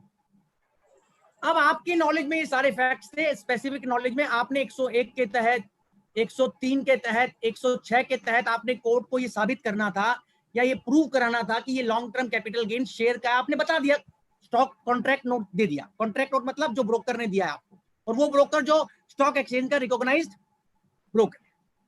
यहां पर आपका कौन कौन सा सेक्शन सेटिस्फाई हो गया, नोट कर लीजिए, 101 टिक मार्क, 103 टिक मार्क और 106, तीनों लिख लीजिए। आपने तीनों बातें साबित कर दी, 101 मेरी हम्बल ओपिनियन में, 103 और 106, क्योंकि मैं ही चाहता हूं कि कोर्ट को बिलीव करना कि ये कैपिटल गेन की ट्रांजैक्शन है, तो उसके लिए जो मेरे पास दस्तावेज है, bank statement, contract note, demat statement, वो सब मैंने दे दिया। अब धमीजा जी डिपार्टमेंट आता है, वो कहता है नहीं नहीं नहीं रुकिए थोड़ा ठहरिए, ये 1038 में एग्जाम नहीं है, ये पेनी स्टॉक है, ये बोगस है, आपने कैश देकर ब्रोकर से चेक, मतलब कि आपका कैश वाइट हो गया, आपने पहले कैश दिया और फिर स्टॉक एक्सचेंज पे जबरदस्ती उसको बूफ अप करके बेच दिया शेयर, आर्टिफिशियल रिगिंग करके बेच दिया। तो अब ये कौन एलिज कर रहा है? डिपार्टमेंट। और बहुत सीरियस एलिगेशन है अदरवाइज देखा जाए तो, कि आपने प्राइस की आर्टिफिशियल जैकिंग करके, रिगिंग करके, रिगिंग बोलते हैं प्राइस रिगिंग, तो रिगिंग करके आपने अगर शेयर का दाम बढ़ा दिया है तो बर्डन किसके ऊपर है सर? बर्डन डिपार्टमेंट पे है। और वो बर्डन कैसे साबित करना होगा? जब डिपार्टमेंट खुद वो मटेरियल ले आएगा जो सेक्शन 101, नोट कर लीजिए, दोबारा बता रहा हूं, और डिपार्टमेंट ने वो मटेरियल नहीं दिया है मेरी जानकारी में, 101, 103 और 106। अब मुझे तो नहीं पता ना कि लॉन्ग टर्म कैपिटल गेन की पेनी स्टॉक की इन्वेस्टिगेशन विंग की इंफॉर्मेशन में कौन से ब्रोकर के यहां क्या स्टेटमेंट रिकॉर्ड हुआ है। So it is very important to see sir, और रैशनल ऑब्जेक्टिव ऐसा नहीं कि हम असेसी की तरफदारी लेना चाहते हैं। 101, 103, 106, 114, मेरे ख्याल से ये चार आप मार्क अलग कर ले, 101, 103, 106 और 114, ये चार सेक्शन इंडियन एविडेंस लॉ के मार्क कर ले। ये चारों आपको क्रक्स बता देंगे। थर्मामीटर, इन चारों का थर्मामीटर लगाएंगे, आप बता देंगे कहां कमजोरी है। जैसे आपने अभी डीमोनेटाइजेशन के केस का उदाहरण भी ले लेते हैं। मेरा एक एसएससी है जिसने कैश सेल करी सर, वो ज्वेलरी का काम करता है, बकायदा उसके पास स्टॉक है अग्रवाल साहब, बकायदा उसने किताबों में वो सेल दिखा रखी है, बकायदा सेल मेमो कटे हुए हैं और वेट में रिटर्न में भरा हुआ है। अब आप इन सब सेक्शनों को लगाकर चेक करो कि क्या विभाग कहीं पर भी ये साबित कर पाए ये सेल नहीं कुछ और है। सर ये सेक्शन ऐसे नहीं बने हुए हैं, चाहे ये सेक्शन ना लगे पर इनका प्रिंसिपल तो लगेगा ही, तभी तो डिपार्टमेंट 106 और 110 अपनी मर्जी होती तो लगा देता है हमारे खिलाफ कि तुम बताओ कैश क्रेडिट, तुम बताओ 110 पोजीशन ऑफ कैश। तो जब हमने साबित कर दिया अपना बर्डन, तो डिपार्टमेंट के ऊपर भी तो ये सारे सेक्शन लगते हैं। ये तो कोई नहीं कह सकता सभ्यता से कि एक तरफा है सेक्शन, ऐसा तो कोई नहीं कह सकता सर। ये तो ऑब्जेक्टिव लॉ है। सेक्शन 101, मैं रिपीट कर रहा हूं, 103, 106 और 114 इंडियन एविडेंस लॉ, और आप इनको लगाकर चेक करेंगे तो आपको ऑब्जेक्टिव आंसर मिलेगा। ऐसा नहीं है कि डिपार्टमेंट ये वन साइडेड है, इनको लगा के चेक किया जाएगा। मैंने आपको दो उदाहरण दे दिए, पेनी स्टॉक का और डीमोनेटाइजेशन के केस का। डिपार्टमेंट को बहुत सीरियसली इन सब चीजों को लेना चाहिए था। अभी बहुत जगह भी आप देखिए कुछ ट्राइब्यूनल ने जजमेंट भी दी है अभी पिछले जून में, और अभी एक कल का ही ऑर्डर मैं पढ़ रहा था, कल परसों का, उसका नाम भी आप नोट कर सकते हैं सर, कल परसों की डेट का ऑर्डर है दिल्ली आईटीटी का। बोगस लॉस था 15 करोड़ रुपए का, कुंदन राइस मिल्स कोई कंपनी है पानीपत की। दिल्ली बेंच आईटीटी का डिसीजन है, 15 करोड़ रुपए का बोगस स्टॉक मार्केट के लॉस की इशू थी, वही सेबी वाली फाइंडिंग्स के बेस पे 15 करोड़ रुपीस का अमाउंट था, और केस का नाम है Kundan rice mills Delhi ITT, 15 crore rupees एलिज्ड bogus loss of stock market. तो ये बोगस कहने के लिए तो बड़ा आसान हो जाता है, उसको प्रूव भी करना कहीं ना कहीं, चाहे आप उसके लिए कुछ भी मटेरियल ला रहे हैं तो, पर मटेरियल तो होना चाहिए ना जो मटेरियल कहा जा सके। सर मैं वापिस आ जाता हूं, मैं शैम ट्रांजैक्शन से चालू हुआ था। आपने ये किसी भी ट्रांजैक्शन को जो मैंने रेगुलर कोर्स में करी है, ऑर्डिनरी कोर्स में करी है, बिजनेस के कोर्स में करी है, नॉर्मल कोर्स में करी है, आप उसको अगर शैम ट्रांजैक्शन कहना चाहते हैं तो डिपार्टमेंट को कुछ ना कुछ तो पुरुषार्थ करना पड़ेगा सर। वो पुरुषार्थ की कितनी डिग्री होनी चाहिए, कितनी इंटेंसिटी होनी चाहिए, किस हद तक होना चाहिए, वो फैक्ट्स टू फैक्ट्स डिफर कर सकता है, बट वो प्रूव करना पड़ेगा सर। आप हर एक चीज को पहले से फैक्ट शैम प्रिज्यूम नहीं कर सकते। There is no such law Rajesh ji which says that every transaction shall be presumed to be sham unless otherwise proved। ऐसा कोई सेक्शन आज तक है धमीजा जी? No, no, not at all. नहीं, मेरी उम्र तो आप लोगों से बहुत कम है सर, अगर हो तो मुझे बताइए। सर एक्सपीरियंस बहुत ज्यादा है सर। नहीं, मैं तो अपने आप को सर, ये देखिए, ये इसमें कोई वो नहीं है, ये तो एक ज्ञान है। अभी क्या है कि यहाँ तो मुझे पता ही नहीं चलता कि कभी ऐसा कहीं लिखा गया है इनकम टैक्स लॉ में कि जब तक आप प्रूव नहीं कर देंगे किसी चीज को कि वो शैम नहीं है, वो शैम मानी जाएगी। और हकीकत में क्या होता है, प्रैक्टिकलिटी में क्या होता है, जितने भी 148 आते हैं इन्वेस्टिगेशन विंग के, उनमें क्या होता है, जितने भी इन्वेस्टिगेशन विंग से प्रेरित ज्यादातर केसेस होते हैं उनमें जब शैम ट्रांजैक्शन का एलिगेशन होता है तो उस एलिगेशन के लिए कितना बैकग्राउंड मटेरियल होता है। वैसे तो हम भारतीय हैं और प्रधानमंत्री साहब ने भी कहा है कि हमें आत्मनिर्भर बनना चाहिए। आप बोलेंगे गोलजर को पता नहीं क्या हो गया, क्या बोल रहे हैं। एक ऑस्ट्रेलिया हाईकोर्ट का डिसीजन मुझे मिला, और क्या कमाल का ऑर्डर है राजेश भाई जी। शैम ट्रांजैक्शन के ऊपर मैंने इससे बढ़िया ऑर्डर अपने एकेडमिक अध्ययन में आज तक नहीं पढ़ा, और आप सबको नाम तो लिखवा देता हूं और मैं आपको भेज भी दूंगा ताकि शैम को सही में हम समझ पाए कि शैम कब शैम है। ऐसे ही हम किसी भी चीज को शैम ही बोलते रहेंगे तो फिर खत्म हो जाएगा सारा काम। और ये ऑस्ट्रेलिया हाईकोर्ट का डिसीजन है, इसमें बाहर के सारे, ये फॉरेन कंट्री का जजमेंट है, पर इसमें से हमें बहुत सेंसिबल बात मिलेगी। कि आप हर एक चीज को जबरदस्ती शैम ब्रांड नहीं कर सकते। इसका नाम है केस का sir Raftland, Raftland RAFT, Raftland PTY limited, Raftland PTY limited, Australian high court 22 मई 2008। और ये भी मैंने किसी कमेंट्री से निकाला है, GP सिंह वगैरह की इंटरप्रिटेशन ऑफ स्टैट्यूट से, वहां से मुझे मिला है। High court of Australia, Raftland PTY limited versus commissioner of taxation, वहां का कमिश्नर ऑफ टैक्सेशन। ये सारी सैम ट्रांजैक्शन की एलिगेशन ज्यादातर टैक्सेशन डिपार्टमेंट नहीं लगाता है। 22 मई 2008। और इनमें आप जाएंगे तो जजमेंट 65-70 पेज का, मेरे पास इतना टाइम नहीं है अभी, आपको क्रक्स बताता हूं सर। वो ये कहते हैं कि भैया आप जब किसी ट्रांजैक्शन को चेक कर रहे हो शैम है, तो ये देखिए कि जिन पार्टियों के बीच में एग्रीमेंट हुआ है अग्रवाल साहब, क्या उन्होंने कोई ऐसा काम किया है कि जो उन्होंने कहा हो कुछ और हो और उनकी इंटेंशन कुछ और रही हो। ये इसका क्रक्स है। तो आप हर एक चीज को, उन्होंने बोला कि आप जबरदस्ती शैम ब्रांड नहीं कर सकते। ऑस्ट्रेलिया हाईकोर्ट भी यही बोलता है और हमारे यहाँ का भी अपना सुप्रीम कोर्ट भी यही कहता है। वोडाफोन के लिमिटेड के डिसीजन में 341 ITR पेज नंबर 1, हमारे सुप्रीम कोर्ट का ऑर्डर है 341 ITR page 1। You can't say every transaction is a bogus transaction, sham transaction और फर्जी ट्रांजैक्शन और फ्रॉड ट्रांजैक्शन। आपको याद है सर, कई जगह डिपार्टमेंट कॉर्पोरेट वेल भी लिफ्ट करता है और इसमें भी बर्डन ऑफ प्रूफ की धज्जियां उड़ी हुई। आप हर एक केस में कॉर्पोरेट वेल लिफ्ट कर देते हो कटपालिया जी, और प्रूव नहीं कर सकते हो कि कॉर्पोरेट वेल, आप तो कॉर्पोरेट लॉ ज्यादा जानते हैं सर, कॉर्पोरेट वेल कब लिफ्ट होती है? ऐसी जबरदस्ती लिफ्ट हो जाएगी। मतलब कि फिर तो अगर मान लीजिए हर एक केस में कॉर्पोरेट वेल लिफ्ट होनी है, तो फिर कॉर्पोरेट स्ट्रक्चर की सेंस क्या रहेगी? तो डिपार्टमेंट के ऊपर कुछ तो बर्डन होगा कहीं पर कि भैया आप रेवेन्यू है, आप कॉर्पोरेट वेल लिफ्ट करना चाहते हैं, आप आगे बढ़ना चाहते हैं, आप इसके बीच में कहीं और अंदर घुस के देखना चाहते हैं, तो बताएंगे तो सर क्यों देखना चाहते हैं। तो मेरा कहने का मतलब ये कि सर शैम ट्रांजैक्शन में और ये कॉर्पोरेट वेल की लिफ्टिंग में, दोनों बातों में burden is on the department first, and that can be discharge if cogent material is brought on record, some cogent, some trustworthy material, some actionable material, some material on which cognizance can be taken. Hearsay is not a cognizance. आप और allegation is not a material ना, allegation को material से convert नहीं कर सकते। Material is something different, allegation is something different. I can't say allegation and material both are same. Let me be humbly putting it this way, sir, that if department wants to say that I have done a transaction and my purpose to do that transaction is to do the tax avoidance or tax evasion, मैं sham बता दिया, corporate veil बता दिया, इसी बात को दूसरे तरीके से समझा रहा हूं कि मैंने किसी कानून में किसी चीज को, डिपार्टमेंट कहता है कि मिस्टर गोयल आपने ये ट्रांजैक्शन को इसलिए किया है ताकि आप टैक्स की चोरी कर पाए, इवेड कर पाए। ललित भाई, ऑस्ट्रेलिया हाई कोर्ट के ऑर्डर का नाम है रेफ्टलैंड, रेफ्टलैंड RAFTLAND, रेफ्टलैंड PTY लिमिटेड 22 मई 2008। और ये गूगल पे भी मिलेगा आपको, और मैं भी भेज दूंगा अभी राजेश भाई को, क्योंकि ये आपको बहुत सबको हेल्प करेगा। और आज की चर्चा का बहुत इंपॉर्टेंट एक मेरी तरफ से एक्स्ट्रा पॉइंट है, क्योंकि ये बहुत इंपॉर्टेंट जजमेंट है। मेरी खुद की अंडरस्टैंडिंग जो शैम ट्रांजैक्शन पे आज तक धुंधली थी, वो इस जजमेंट से थोड़ी बहुत क्लियर हुई।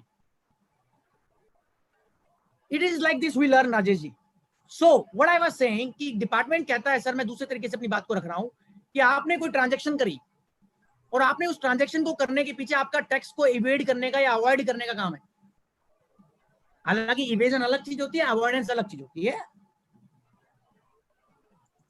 कमिश्नर ऑफ इनकम टैक्स नहीं हुआ कोहली जी, वो CTC, वहां का CIT नहीं, कमिश्नर ऑफ टैक्सेशन, सिर्फ वहां इनकम टैक्स नहीं, कमिश्नर टैक्सेशन लिखा हुआ है, कमिश्नर टैक्सेशन लिखा हुआ है sir, commissioner of taxation, yes, COT। Any how, चलिए वो बड़ी बात है। अभी वापस आते हैं, तो किसने, अगर आप मुझे कह रहे हैं कि मैंने टैक्स एवेजन करी है, टैक्स अवॉइडेंस करी है, तो आप बताइए भैया कैसे करी है। पर गार ने थोड़ा सा चेंज करा बात को, जहां जनरल एंटी अवॉइडेंस रूल लग रहा है, गार सेक्शन 96 सब सेक्शन 2, गार सब जगह नहीं लगता, उसमें कुछ मॉनिटरी लिमिट बताई गई है, अप्रूविंग पैनल भी है, जैसे हमारा पैनल है सुंदर बहुत, ऐसे वहां पर भी पैनल है।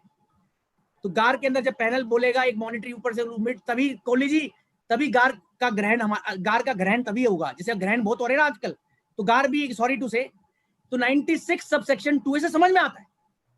96 सब सेक्शन 2 में लिखा हुआ है कि आपका प्रिज्यूम करा जाएगा, आपने जो अरेंजमेंट किया है वो गलत किया है, इनपरमिसिबल है, जब तक आप प्रूव नहीं कर देते। वो रिवर्स बर्डन है। देखिए क्या है वो रिवर्स बर्डन।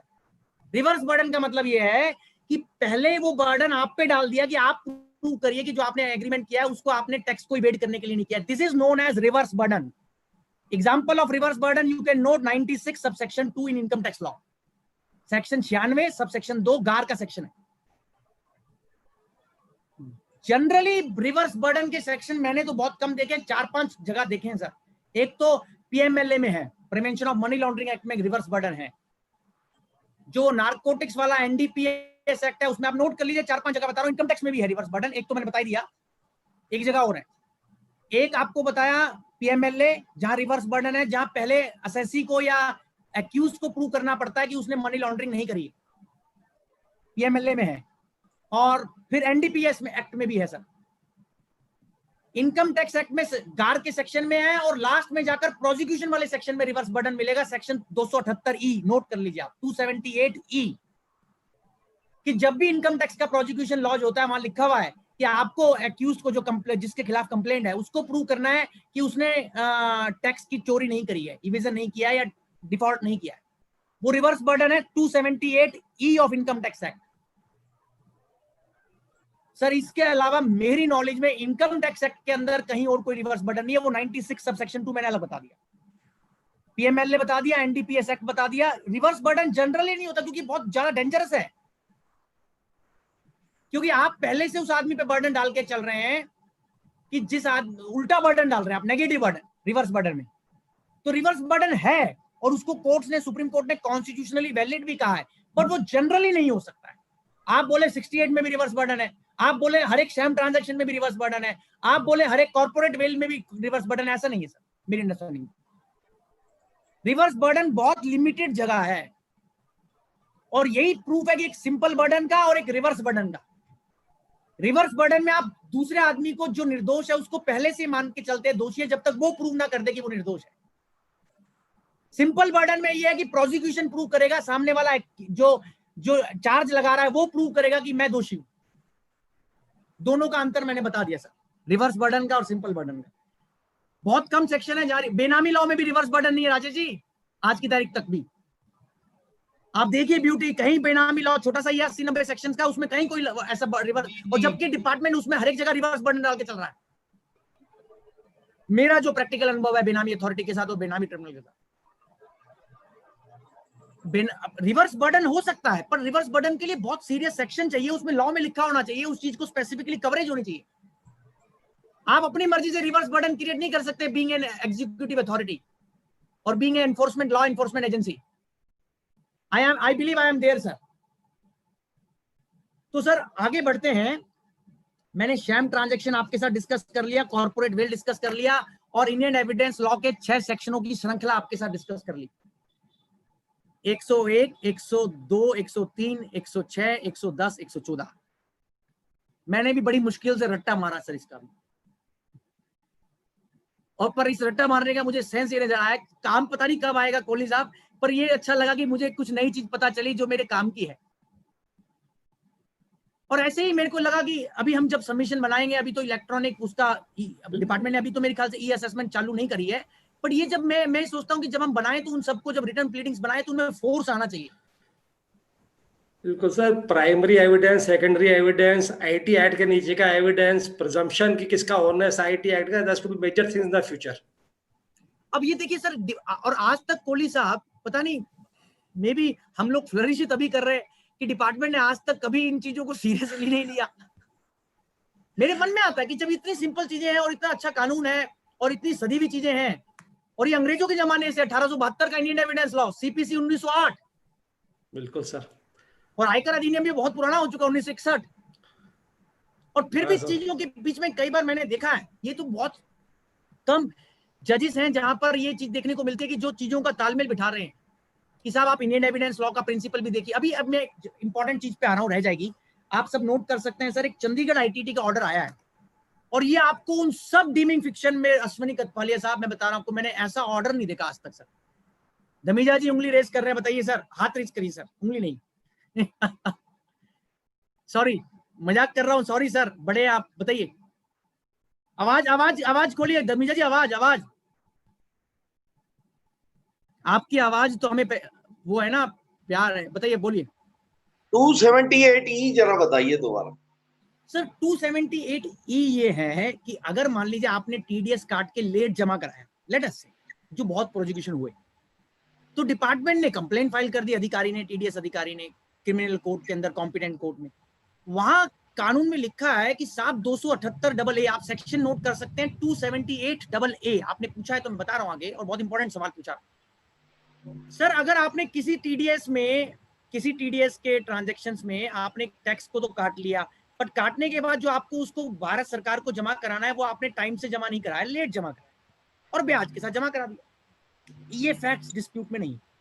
अब डिपार्टमेंट ने इन सब केसेस में, बहुत सारे केसेस में पिछले गत वर्षों में कई प्रोसिक्यूशंस भी लॉन्च कर दिए। जो कंपाउंडिंग में चले गए वो कंपाउंडिंग के हो गए, और जो नहीं गए वो अब उनको क्रिमिनल कोर्ट का देखना पड़ेगा फेस। उनपे बात आ गई 278E की।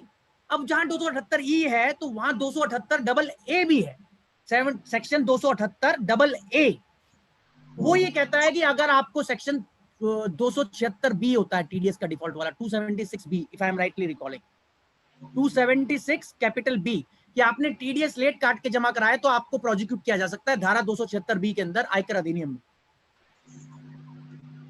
अब 276B के अंदर अगर आपका टीडीएस का डिफॉल्ट है सर, तो उसके लिए रीजनेबल कॉस्ट को बोला गया कि अगर असेसी रीजनेबल कॉस्ट बता देता है इस डिफॉल्ट का 276B वाले का, ये कहां लिखा है 278AA में? 278AA कहता है not withstanding anything contained in section 276B etcetera, if assessee, that is the accused, is able to show the reasonable cost, कटपालिया साहब, then no charge will be there। अब इससे क्या निकला? अगर हम 276B, 278AA और 278E जो मैंने पहले बोला था, इन तीनों को साथ पढ़ते हैं, संगम त्रिवेणी, तो इससे ये निकला सर कि पहले मुझे प्रूव करना है, मैंने मतलब एक्यूज्ड को, कि मैंने जो टीडीएस जमा नहीं कराया टाइम से, उसमें मेरा क्या रीजनेबल कॉस्ट था। Are you with me?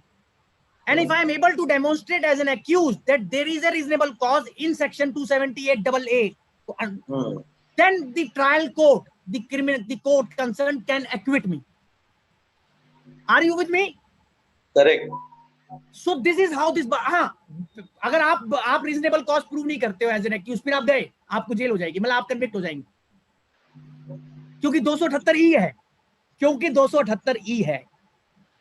What is the exact meaning of mental state referred in 278? Sir ये तो भगवान कृष्ण ही बता सकते हैं, अगर राजेश अग्रवाल जी बता सकते हैं, मेरे बात। देखिए मैं अपने ही मेंटल मैंने हाथ जोड़ दिए, मैंने पास पता ही नहीं।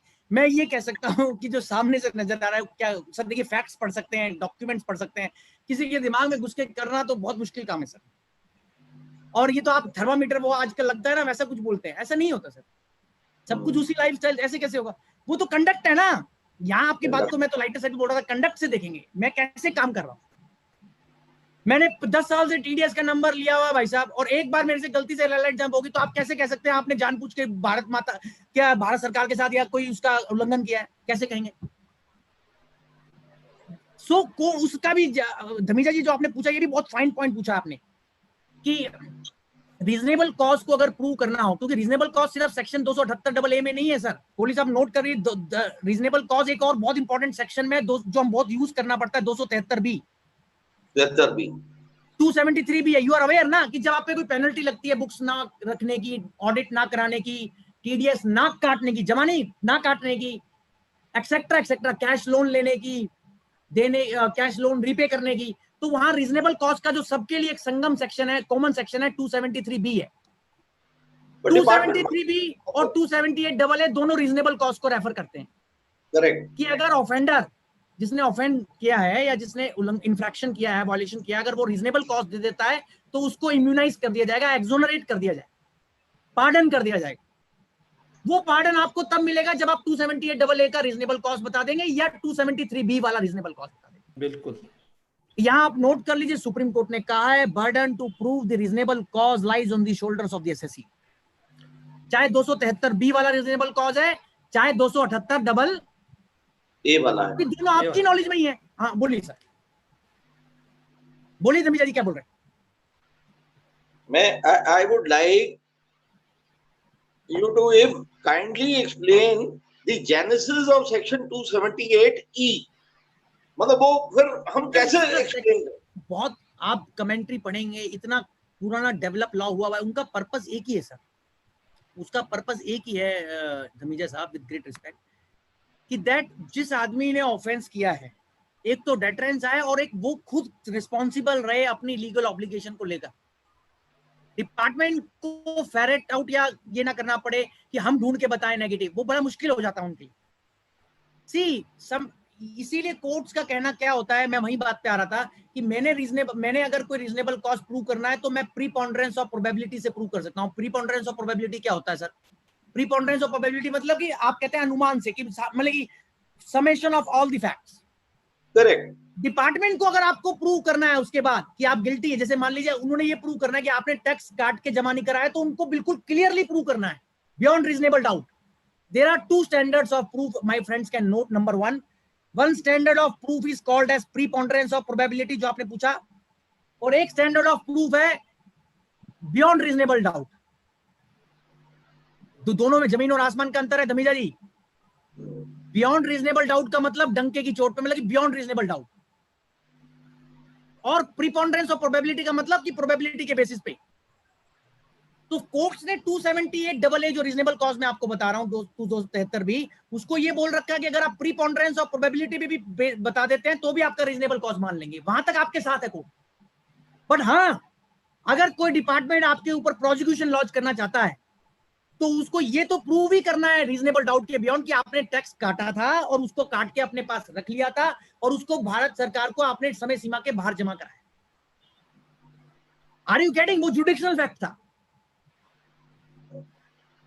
अब जुडिक्शनल फैक्ट साबित हो गया, बर्डन मेरे पे आ गया कि भाई हाँ मैंने टैक्स काटा था, अपने पास रखा था, टाइम से जमा नहीं कराया था, नहीं जमा कराया था, तो वो 276 भी सेटिस्फाई हो गया। फिर आप 278 रेड विद 278 में आ गए। फिर आपको बर्डन हो गया कि आप प्रीपोंडरेंस ऑफ प्रोबेबिलिटी के बेस पे जनाब रीजनेबल कॉस्ट बताएंगे कोर्ट को या एडजुडिकेटिंग अथॉरिटी को कि आपका ऑफेंस करने के पीछे क्या रीजनेबल कॉस्ट है। और रीजनेबल वर्ड उसमें बहुत इंपॉर्टेंट है, उसी से पता चलता है कि रीजनेबल का मतलब रीजनेबल कॉस्ट, मतलब कि उसमें कुछ और वर्ड नहीं है ना, रीजनेबल वर्ड है। पर हाँ, उसका बढ़ना नेसेसरी पे है, क्योंकि डिपार्टमेंट कहां से ढूंढ के लाएगा कि क्या रीजनेबल कॉस्ट नहीं था। और यहां तक बात सही है सर, रीजनेबल कॉस्ट से वो सेक्शन बैलेंस हो जाता है, इक्विटीज बैलेंस हो जाती है, इक्विटी हो जाती है। We had that, correct. But ये जब प्रैक्टिकली हम देखते हैं तब दिक्कत आती है कि जब आप किसी चीज को बता देते हैं प्रीपोंडरेंस ऑफ प्रोबेबिलिटी के बेस पे रीजनेबल कॉज है। बहुत सारे, जैसे मैंने बताया, पूरा पेनल्टी का चैप्टर जो है मेरे ख्याल से कुछ सेक्शनों को छोड़ के सब 273 बी में आते हैं पढ़े तो। इवन 269 एसएस भी आता है, 269 टी भी आता है, 271 ए बुक्स वाला, ऑडिट वाला, ए बी सी डी सारे आते हैं उसमें, सिवाय वो कंसीलमेंट पेनल्टी और अंडर रिपोर्टिंग मिस रिपोर्टिंग अलग है। तो वो अगर आप देखें राजेश जी, तो वहां पर रीजनेबल कॉस्ट को कोर्ट्स ने ये नहीं कहा कि डंके की चोट पे कोई आपको चीज प्रूव करनी है कि जो बिल्कुल एकदम उसके अलावा कोई और सत्य ना हो, रीजनेबल प्रूव करना है रीजनेबिलिटी से सर, रीजनेबिलिटी। इसीलिए वो डॉक्ट्रिन है on basis of preponderance of. और प्रीपोंडरेंस ऑफ प्रोबेबिलिटी क्या है? मैंने ऑडिट नहीं कराया, मैंने किताबें नहीं रखी, उसके लिए मेरे पास जो हम एक रीजनेबल मैन की स्टैंडर्ड से सोचेंगे वो रीजनेबल कॉज है। और ये सारे जजमेंट्स का निचोड़ है। तो 278 आपके क्वेश्चन से सर 2 सेक्शन और कवर हो गए, 278AA और 273B। और मेरा समरी है कि आप पे बर्डन है, मतलब एसएससी पे बर्डन है रीजनेबल कॉस्ट बताने का on basis of preponderance of probability. और ये भी आपको सब मेरे राइटअप में मिल जाएगा। Thank you. So let me proceed further, sir. I was coming to a Chandigarh bench of ITT order, which I found to be of extremely important use in our day-to-day practice and in the income tax law. That is that judgment, although is on deeming fiction of 222E, that is section 2 clause 22 clause E, deemed dividend. Rajesh ji, deem dividend बहुत department ढूंढता है कई बार कि जहां inter corporate transactions होती हैं with in the group, holding subsidiary के बीच में खासकर।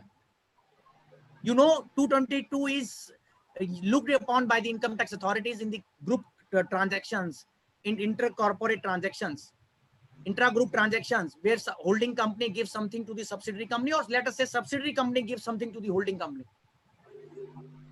So I am talking about 222. This is the order of Chandigarh ITT, sir. Gurdeep Singh. The name of the order is Gurdeep Singh. And just you will appreciate the beauty of this order when I will tell you what are the facts of this case and how the court has appreciated it.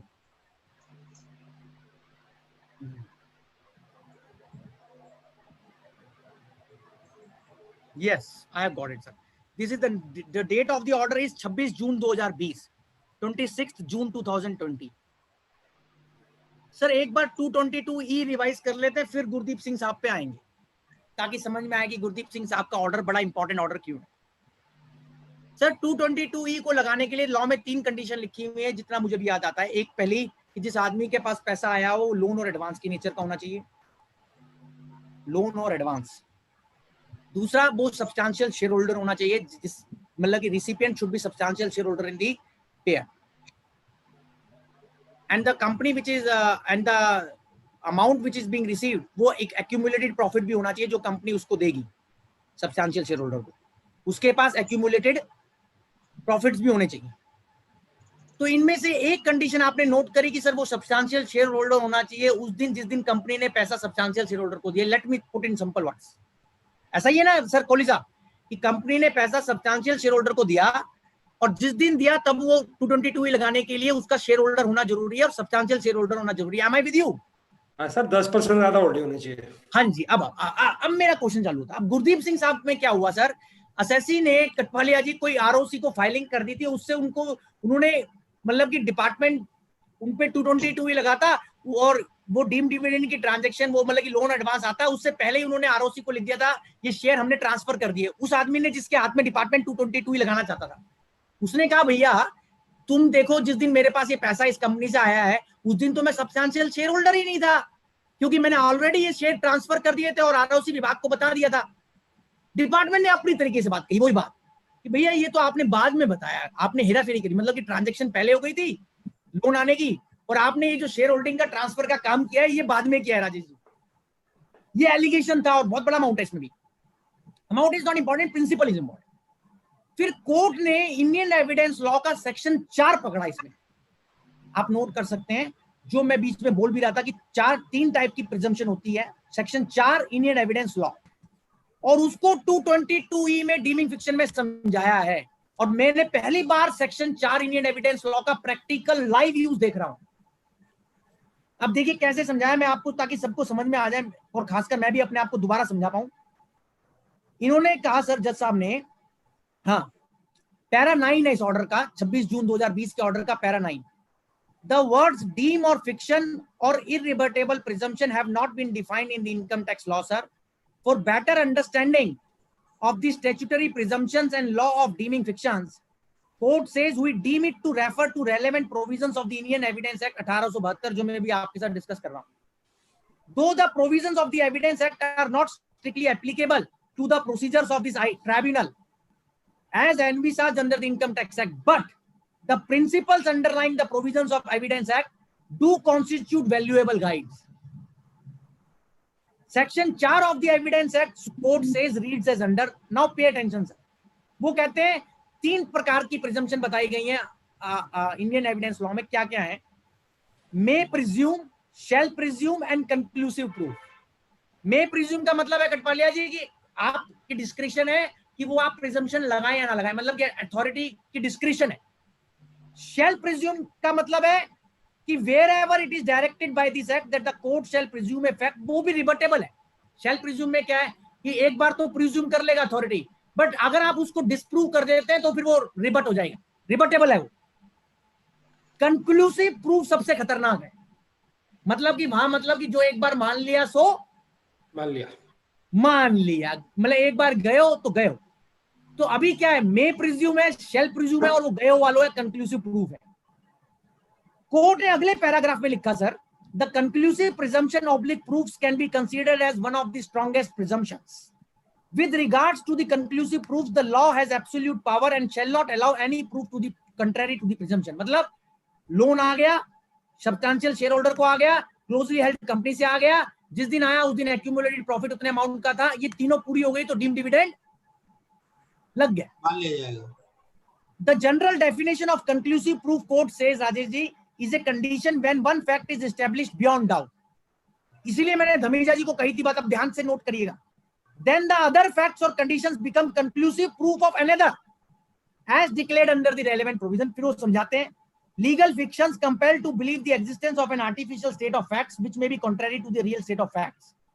Now, when a fiction is created by law, it is not open to anybody to plead or argue that artificial state of facts created by law is not true.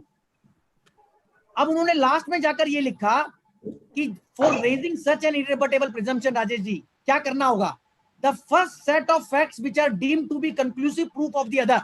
मतलब कि first set of facts क्या है?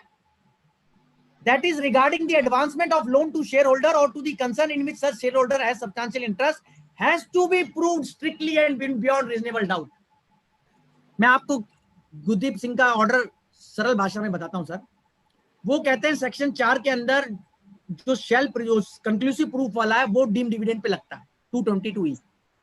और 222E कहता है कि हम 3 चीजें होंगी तब लगाएंगे. Number 1 loan advance, substantial share holder, accumulated profit. अब वो कह रहे हैं कि पहला जो मेन फैक्ट है जिसकी बाद डीम डिविडेंड निकलता है इन 3 फैक्ट के बाद, that is one of the fact is share holder होना चाहिए उस दिन जिस दिन ट्रांजैक्शन हुई है.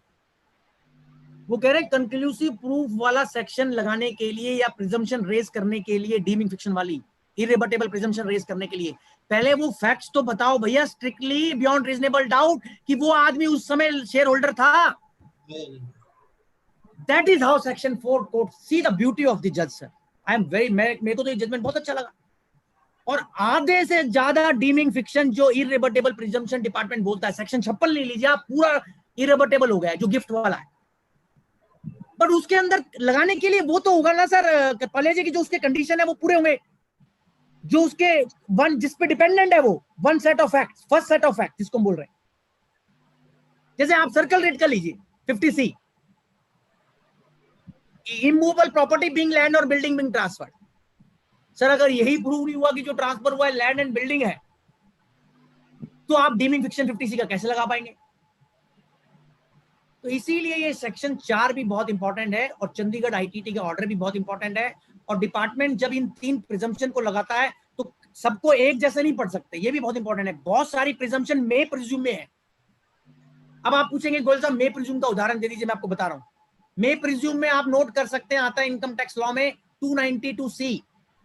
किसी के यहाँ सर्च हुई और किसी के यहाँ सर्वे हुआ और कुछ कागज मिल गए, और मिलते ही हैं, कागजों के बिना तो काम बनता नहीं. तो कागज मिल गए सर, और वो कागजों के ऊपर कुछ लिखा हुआ है, तो उन कागजों को बोला गया कि सत्य माना जाएगा और उनके ऊपर बर्डन होगा मे प्रिज्यूम. उसमें लिखा है कि मे है वर्ड, आप 292C पढ़ेंगे तो मे वर्ड है. I can read it also sir for you. Section 292C. Hello, मेरा आवाज आ रहा है सर? 292C मेरी आवाज आ रही है सर? राजेश जी आ रही है सर. हाँ सर, इसमें लिखा है where any books of accounts, other documents, money, bullion, jewelry, etc. is found in the possession of a person in the course of search or survey, it may be presumed. It may be presumed. मैंने वही बात आ गई ना, section 4 में जो मे presume word लिखा है Indian evidence law में, ये मे प्रिज्यूम वाला है. और मे प्रिज्यूम को कोर्ट बोलता है कि मतलब डायरेक्टरी है, डिस्क्रिशनरी है, चाहे तो प्रिज्यूम करे चाहे तो प्रिज्यूम ना करे, जैसे फैक्ट्स बोलते हैं. और conclusive proof deeming fiction deem dividend वाला है, 50C वाला है. पर 50C में भी एक और बात है, 50C रिबटेबल है. 50C शेल प्रिज्यूम में आएगा मेरे हिसाब से, क्योंकि 50C में तो ये भी है कि अगर आप एक बार ये बोल देते कि केस डीवीओ को रेफर हो और आप बता देते कि ये डिस्ट्रेस सेल है, तो आप वो फिर शेल प्रिज्यूम में आ गया. तो 3 टाइप की प्रिजम्पशन होती है राजेश जी, मे प्रिज्यूम, शेल प्रिज्यूम आप नोट कर लें, और कंक्लूसिव प्रूफ. और ये कहां लिखा हुआ है? हमारे इंडियन एविडेंस लॉ 1872 के सेक्शन 4 में लिखा हुआ है. और इनकम टैक्स लॉ में मेरी अंडरस्टैंडिंग में ज्यादातर प्रिजम्पशन मे प्रिज्यूम में ही है सर. कंक्लूसिव प्रूफ में कम आएंगी, और कुछ होंगी भी तो वो शेल प्रिज्यूम होगी. इसका मतलब इससे हम ये वो निकाल सकते हैं कंक्लूजन कि ज्यादातर प्रिजम्पशन जो इनकम टैक्स अधिनियम में है वो रिबटेबल है. आप नोट कर लीजिए. और उसके लिए बेसिस सेक्शन 4 बनाइए Indian evidence law. Majority of the presumptions which are there in the Indian income tax law, we can say on the basis of section 4 of the Indian evidence law 1872 that they are rebuttable in nature, like 292C,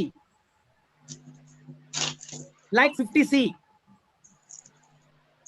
but 222 ही जैसी भी अगर कोई इररिबटेबल presumption भी है तो भी उसके लिए वो कंक्लूसिव प्रूफ लाने के लिए विभाग को वो फैक्ट्स प्रूव करने पड़ेंगे, जिसको मैं बोलता हूं ज्यूरिडिक्शनल फैक्ट, शुरू में जो मैंने बोली थी बात। और वो ज्यूरिडिक्शनल फैक्ट सबसे, वो भी काम का वर्ड है सर, और इसीलिए ज्यूरिडिक्शनल फैक्ट तो सबसे इंपॉर्टेंट है। मान लीजिए किसी आदमी ने राजेश जी केस 148 में रीओपन कर दिया 222 से, उसने कहा हम तो इसलिए रीओपन कर रहे हैं कटपालिया जी कि ये आदमी जिसने पैसा लिया है वो सब्सटैंशियल शेयर होल्डर है। अरे भाई ये भी तो देखोगे कि जिसने दिया है उसके पास उस दिन एक्यूमुलेटेड प्रॉफिट था भी नहीं था। आप कह रहे हो ये हम बाद में देखेंगे रीओपन करने के बाद, पहले रीओपन तो कर लें। मेरे को बताइए ये सही है गलत है? मैं आपको लाइव केस स्टडी पूछ रहा हूं और इंडियन एविडेंस लॉ पढ़ते जा रहे हैं साथ साथ में। मे प्रिज्यूम भी पढ़ लिया, शेल प्रिज्यूम भी पढ़ लिया, कंक्लूसिव प्रूफ भी पढ़ लिया और रिबटेबल प्रिजम्पशन भी पढ़ लिया और जुडिक्शनल फैक्ट भी पढ़ लिया। तो आप 148 में चार्ज लगाते हैं डीम डिविडेंड का, बट एक फैक्ट सिर्फ प्रूव करते हैं कि उसने जिसने लिया है लोन एडवांस वो सब्सटैंशियल शेयर होल्डर है। ये नहीं देखते हैं जो सबसे एक और महत्वपूर्ण पार्ट है, that is accumulated profit, existence of accumulated profits. तो सर मेरी अंडरस्टैंडिंग में जो हमने अभी तक डिस्कस किया, ये चंडीगढ़ आईटीटी वाला ऑर्डर भी डिस्कस हो गया, तो ये यहां तक की यात्रा ये बात कहती है राजेश जी कि डिपार्टमेंट को जो प्रिंसिपल थे 101 से लेकर 114 वाले सेक्शन 4, अब इनके बीच में 2-3 बड़े महत्वपूर्ण सेक्शन हैं जो मैं क्विकली अब कवर करूंगा आपके साथ। एक बड़ा महत्वपूर्ण सेक्शन है सर, और कटपालिया जी यकीन मानिए कि ये इतना इंपॉर्टेंट सेक्शन है, मुझे लगता है कि as a chartered accountant and tax consultant हमारे को ये सेक्शन पता ही होना चाहिए था। मुझे तो बड़ा अपने ऊपर अतरज हुआ जब मैंने पढ़ा किसी जजमेंट से किसी और की ये सेक्शन भी है ऐसा, मतलब सही में मेरे माइंड में ऐसा भी सेक्शन होता है, and that is in section 68 of the evidence law, 68। अब मैं उसको खोल लेता हूं ताकि ये इतना इंपॉर्टेंट क्यों है और मेरे को ये ऐसा क्यों लगता है कि हम सबको पता होना चाहिए, खासकर अपने प्लीडिंग्स करते वक्त। सर बहुत सारे डॉक्यूमेंट्स ऐसे होते हैं पुलिस साहब जो असेसी या टैक्स पेयर ऑलरेडी रजिस्टर्ड करा लेता है, वो परवाह नहीं करता, रजिस्ट्रेशन एक्ट में रजिस्टर्ड करा लेता है। मतलब कि डॉक्यूमेंट जो हम एविडेंस के तौर पे दे रहे होते हैं या अपनी सपोर्टिंग तौर पे दे रहे होते हैं वो रजिस्टर्ड डॉक्यूमेंट होता है। अब आप देखिए रजिस्टर्ड डॉक्यूमेंट की कितनी हायर एविडेंशियरी वैल्यू है, ये सेक्शन 68 का प्रोवाइजो बताता है आपको। सेक्शन 68 का प्रोवाइजो प्लस साथ में पढ़ेंगे सेक्शन 74, दो चीजें। सेक्शन 74 कहता है कि कोई भी डॉक्यूमेंट जो कि रजिस्टर्ड डॉक्यूमेंट है रजिस्ट्रेशन एक्ट में, उसको पब्लिक डॉक्यूमेंट माना जाएगा। Am I with you? Yes, sir. Registered document registered under Registration Act is called as public document under evidence law, that is section 74. It is a public document. 68 क्या कहता है वो पढ़ देते हैं। 68 कहता है कि 68 पहले तो ये बात डिस्कस करता है कि आपको कौन डॉक्यूमेंट्स का एग्जीक्यूशन प्रूव करना है और कैसे कोर्ट प्रूव कराएगा। वो कहता है राजेश जी कि if a document is required by law to be attested, it shall not be used as evidence unless one attesting witness at least has been called for the purpose of examination for proving its execution. If there is an witness, sir मेरी आवाज आ रही है? बिल्कुल sir आ रही है, बिल्कुल। Okay. तो पहला पार्ट 68 का जो मेन ऑपरेटिव पोर्शन ये कहता है कि कोई भी डॉक्यूमेंट जिसको अटेस्ट कराने की जरूरत है उसको कोर्ट जब तक सच्चे नहीं मानेगी सत्य, जब तक उसमें जो विटनेस अटेस्टिंग विटनेस है वो एग्जामिन ना हो जाए। बट इसका प्रोवाइजो इंपॉर्टेंट है पालिया साहब, जिसने मेरी थिंकिंग को और डेवलप किया, that is important for us.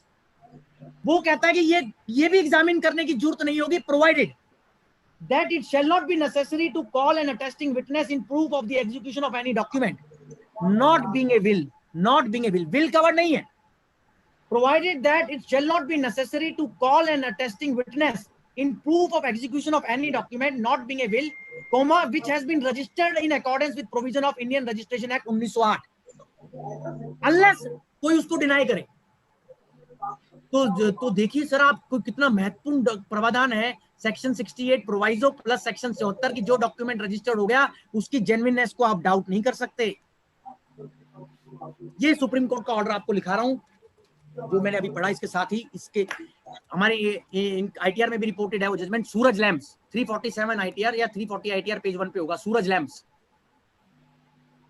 Lamps क्या कहता है पावा साहब कि जो डॉक्यूमेंट रजिस्टर्ड हो गया उसकी जेन्युइननेस को डाउट नहीं कर सकते आप। और इसे अब देखिए कितना इंपॉर्टेंट प्रिंसिपल है। मैं तो सोचता था कि रजिस्ट्रेशन कराने के बाद जब हम रोज कोर्ट में खड़े होते थे डिपार्टमेंट उसको भी डाउट करने लग जाता है। कि जैसे कि रजिस्टर्ड और अनरजिस्टर्ड दोनों सब बराबर है, सब बराबर है। सर रजिस्ट्रेशन एक्ट में जो डॉक्यूमेंट रजिस्टर्ड हो गया उसकी वेटेज ज्यादा क्यों है? ये सेक्शन 68 का प्रोवाइजो इंडियन एविडेंस लॉ और सेक्शन 74 दोनों बताते हैं। और इसलिए आप देखिए, और इसका उदाहरण लेता हूं, मैंने सेल डीड करी सर, कोहली साहब, किसी आदमी को मैंने प्रॉपर्टी बेची, इमूवेबल प्रॉपर्टी कैश में।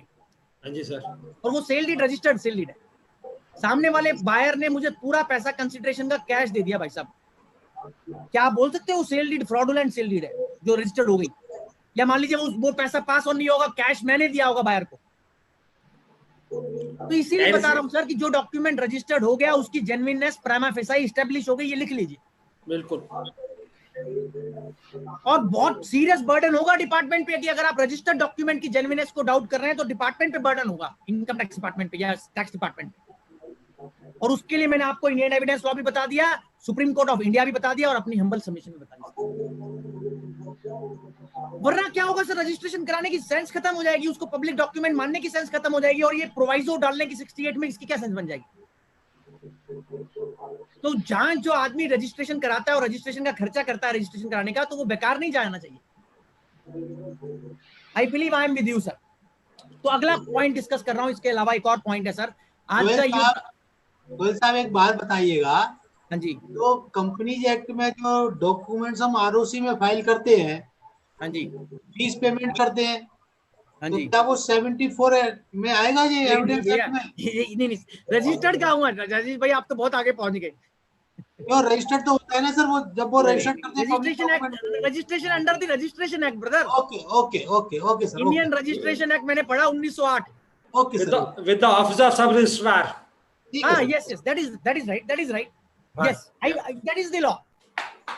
बट उसमें भी आप देखिए कि उसको भी, हमारा तो पॉइंट ये है कि इतना तो कम से कम डिपार्टमेंट माने ना कि जो डॉक्यूमेंट रजिस्टर्ड है उनको, उनकी रिस्पेक्ट करे, रिगार्ड करे।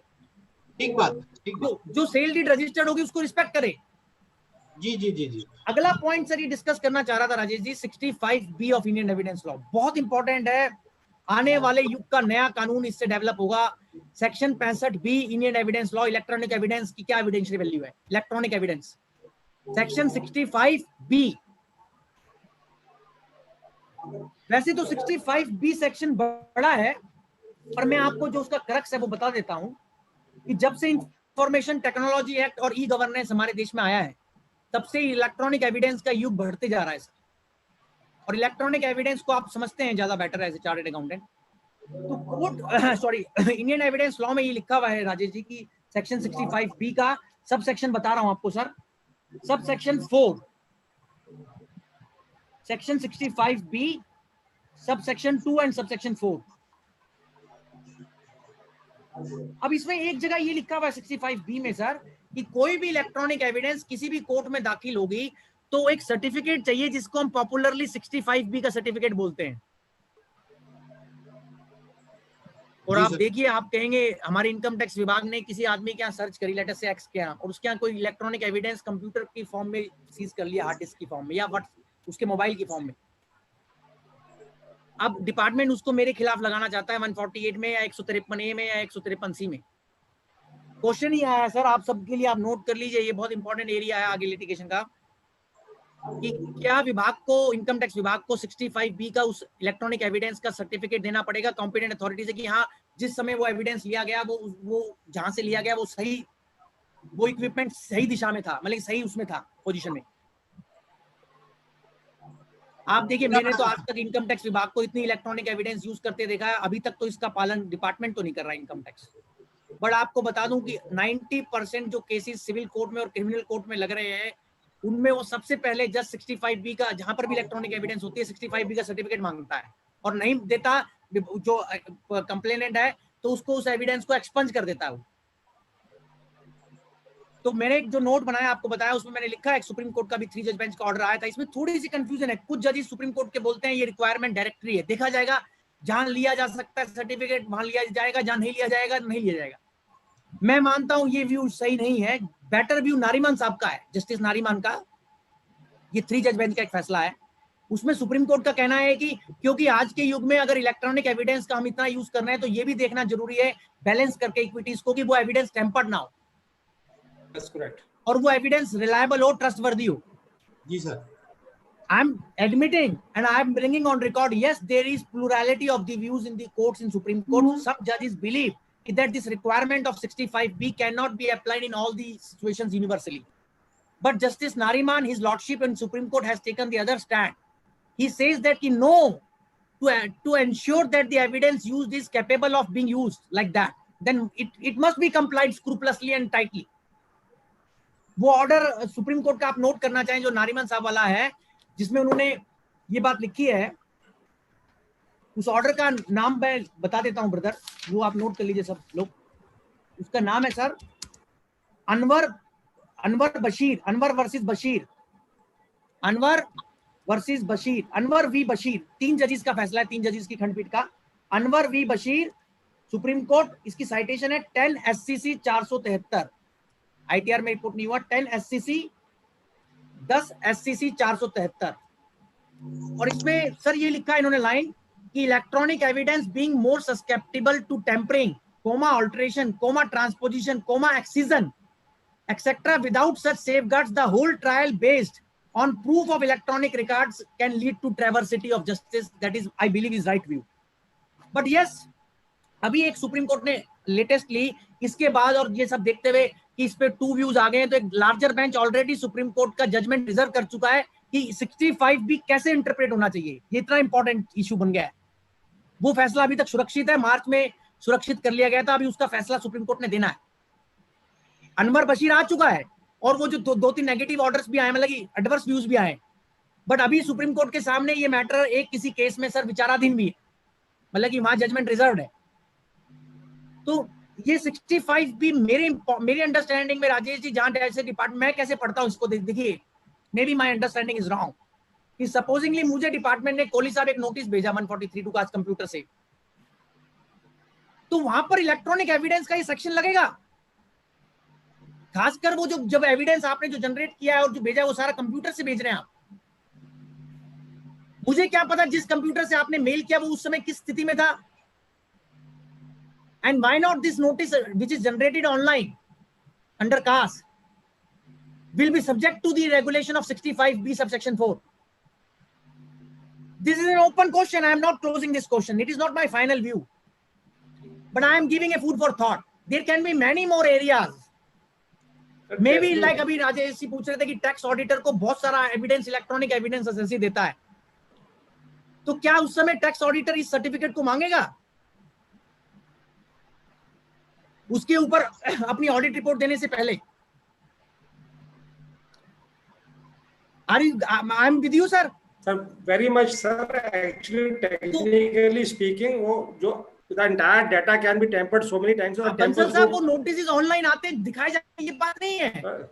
बात ये है कि इलेक्ट्रॉनिक एविडेंस है या नहीं है वो नोटिस। ये तो आप बिल्कुल सही कहते हैं कि नोटिस जनरेट हो गया, हमारे पोर्टल पे भी आ गया, but see sir, he has to put DSC. He should put his, as a good practice, should put his DSC on that notice. Sorry Kohli साहब, आपकी आवाज नहीं आई बीच में, क्या कह रहे हैं सर? जैसे DSC होता है ना, digital signature, sir DSC digital study. Sir आपकी आवाज नहीं आई मुझे sir. Hello sir, DSC should be fixed. सी मेरा yes that is right. Now question is this कि चलिए टैक्स ऑडिटर नहीं लेगा, टैक्स ऑडिटर तो खाते ले रहा है जो नॉर्मल कोर्स में है, और 143(2) में भी जैसे बंसल साहब ने बोला कि चलिए उसके डिजिटल, अच्छा बंसल साहब डिजिटल सिग्नेचर के लिए भी है इसमें एक नियम सेक्शन में इंडियन एविडेंस लॉ में कि डिजिटल सिग्नेचर जिसने लगाया वो जब बात होगी तो वो प्रूव करेगा कि उसने अपना डिजिटल सिग्नेचर जो लगाया वो उस समय प्रॉपर था। आप समझ रहे मेरी बात? तो anyhow that is one part of it. मेरे माइंड में एक थॉट आई थी कि 143(2) के नोटिस डिपार्टमेंट कंप्यूटर से जनरेट कर रहा है, और जहां पर yes there should be some check and balance that has been properly generated by that system, that has been properly sent from that system, which was in proper order. And right, you are right कि document identification number requirement जो circular number 19/2003 में 19 में आई है वो भी बहुत important है, circular number 19/2019 में, right? I agree with you. But एक चीज तो तय है सर कि जो डिपार्टमेंट सर्चेज में और सर्वेज में इतना मास एविडेंस लाता है इकट्ठा करके, जो आजकल इलेक्ट्रॉनिक एविडेंस है, और जब एसएससी के खिलाफ उसको यूज करता है, चाहे वो 153A में यूज करे राजेश जी, चाहे 153C में यूज करे, चाहे 148 में यूज करे, मतलब रीओपनिंग करके, वहां मेरा मानना ये है कि ये अनवर साहब वाला जो डिसीजन है नारीमान साहब का 65B पे, वहां आपको जब डिपार्टमेंट उसका 148 करके आपके खिलाफ वो एविडेंस यूज करना चाहेगा कोहली साहब, तो उनको 65B कंप्लाई कराना पड़ेगा, क्योंकि वो थर्ड पार्टी के सर्च से आपने मटेरियल लेकर आए। Are you getting my point sir? और ये राजेश जी आज तक नहीं कर रहा है डिपार्टमेंट। इतनी सर्चेज होती है, इतना इलेक्ट्रॉनिक एविडेंस, अच्छा मेरे पास से मेरा अपना इलेक्ट्रॉनिक एविडेंस मेरे खिलाफ यूज हो रहा है, वो अलग चीज है, पर तीसरे पार्टी के यहाँ जो सर्च हुई है और उसमें इलेक्ट्रॉनिक एविडेंस जो मिला है वो और एसएससी के खिलाफ यूज हो रहा है, वो अलग चीज है। दोनों में फर्क कर रहे हैं आप? जी सर, जी सर। तो मैं उस पे हूं कि जो थर्ड पार्टी के यहाँ सर्च सर्वे हुआ उसमें कोई इलेक्ट्रॉनिक एविडेंस मिला जिसके लिए 65B का सर्टिफिकेट नहीं है, तो क्या वो एविडेंस एडमिसिबल है? That is a question mark. तो आगे बढ़ते हैं सर, एक और लास्ट के अंदर बात, 17:51 हो गए, 6 बजने वाले हैं। मेरे को तो लग रहा था आज मैं क्या बोलूंगा, मेरे को लग रहा था कम ना पड़ जाए। अभी तो मेरा हमेशा ही लगता है कि I am always a poor speaker in that sense कि I am a poor time manager. So it is like this sir, let me mind up on a very important note that it has been a matter of huge litigation. हमारे जन्म से पहले से point चलता आता है कि जो लोग बिजनेसमैनों को आदत है चिट्स मेंटेन करने की और वो लूज डॉक्यूमेंट्स मेंटेन करने की, ऐसे बोलूंगा स्क्रिबलिंग्स, तो वो बहुत खतरनाक है सर। वैसे तो ये ऐसा मेंटेन नहीं होना चाहिए सर। यस ललित जी पूछ सकते हैं, पूछिए उनसे, भैया बताइए, माननीय न्यायाधीश महोदय का नाम लेके नारीमान साहब ने लिखा है ऑर्डर, बताइए।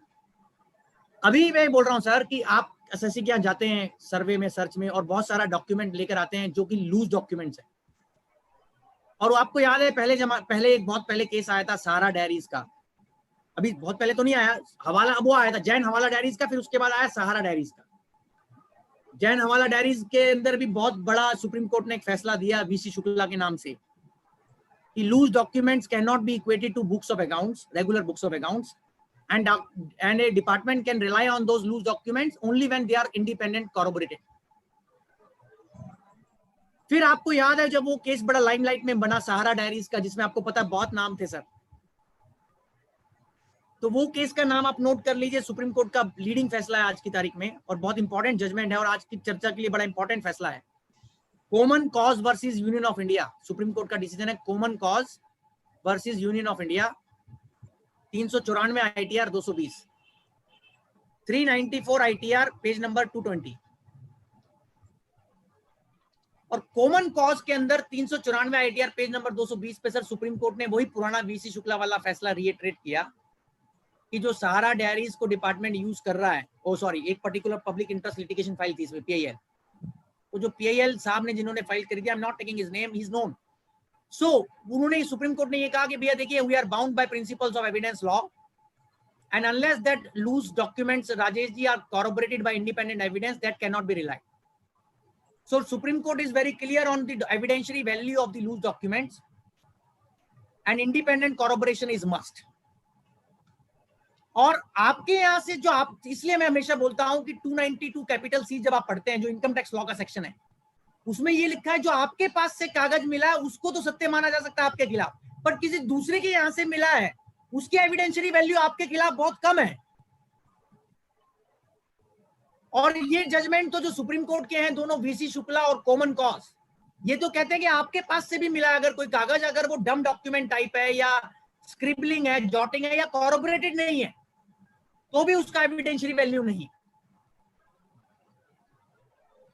तो at least common cause versus union of India से और वीसी शुक्ला से हमें ये प्रिंसिपल मिलता है कि हर एक डॉक्यूमेंट्स को जो आप लूज मैनर में रखते हैं उसको आप भाई खाते, आप बुक्स ऑफ अकाउंट्स का नाम नहीं दे सकते। Books of accounts is something different and loose document is something.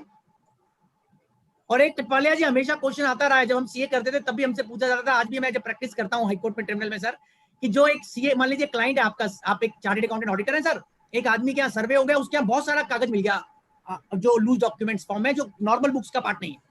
तो जब आप टैक्स ऑडिट करेंगे, उसका ऑडिट करेंगे, तो क्या आप उस पर कमेंट कर सकते हैं जो कागज उसके यहाँ से लूज डॉक्यूमेंट्स मिले हैं? Can it be treated to be part of your books under audit? That is my point. I believe I am on the issue sir, कि that loose documents will qualitatively cannot be called as the normal and ordinary course of books. And there is Supreme Court ruling Common Cause versus Union of India 394 ITR 220. इसके साथ मैं अपनी वाणी को विराम देता हूं sir. आप लोगों की कुछ प्रश्न है मेरे से तो कीजिए, और मेरे को आपने हमेशा आशीर्वाद दिया, अपना आशीर्वाद मेरे सर पे बनाए रखें। Thank you sir. Thank you sir, thank you. देख लेते हैं सर क्वेश्चन आंसर, तो मुझे लगता कोई है नहीं sir. There is no question answer sir. Goyal साहब इतनी अच्छी तरह समझाते हैं कि क्वेश्चन आंसर की जरूरत ही नहीं पड़ती। नहीं सर, आज देखिए क्या होता है राजवानी जी, ये तो लर्नर है हम सब। मैं अपने आप को सबसे बड़ा अपने इंपॉर्टेंट लर्नर मानता हूँ कि देखिए क्या है, इस प्रोसेस में we always continue to learn and enlighten ourself. Agreed And sir. in this time of introspection, we should do this, and Rajesh ji is making us to do that. And it is, I'm thankful to him, sir. यहीं से आपका बड़प्पन नजर आता है। Sir एक question है ललित जी का। हाँ जी। The paper slip written in pencil can be challenged, and is there any case law of Supreme Court? पहले तो आप ये देखिए कि पेंसिल की बात नहीं है, क्वेश्चन ये है कि वो जहां से मिला है वो पेंसिल की थी और वो मिला है, अगर उसका डाउट में नहीं है तो आप ये देखिए कि क्या उसके लिए डिपार्टमेंट ये प्रूव कर पा रहा है कि वो, जैसे पहले तो ये हुआ कि वो डम डॉक्यूमेंट नहीं होना चाहिए, वो डॉक्यूमेंट सेल्फ स्पीकिंग होना चाहिए, वो अपने पांव पे खड़ा होने लायक हो सके। दैट इज वो किस पीरियड की ट्रांजैक्शन है, नंबर वन। अगर मैं डॉक्यूमेंट को बोलूं कि वो डॉक्यूमेंट कॉग्निजेबल कब बनता है राजेश जी, तो जजमेंट्स कहते हैं पहले तो उसमें ये होना चाहिए कि वो किस पीरियड का, डेट वगैरह होनी चाहिए उसमें। जी जी जी।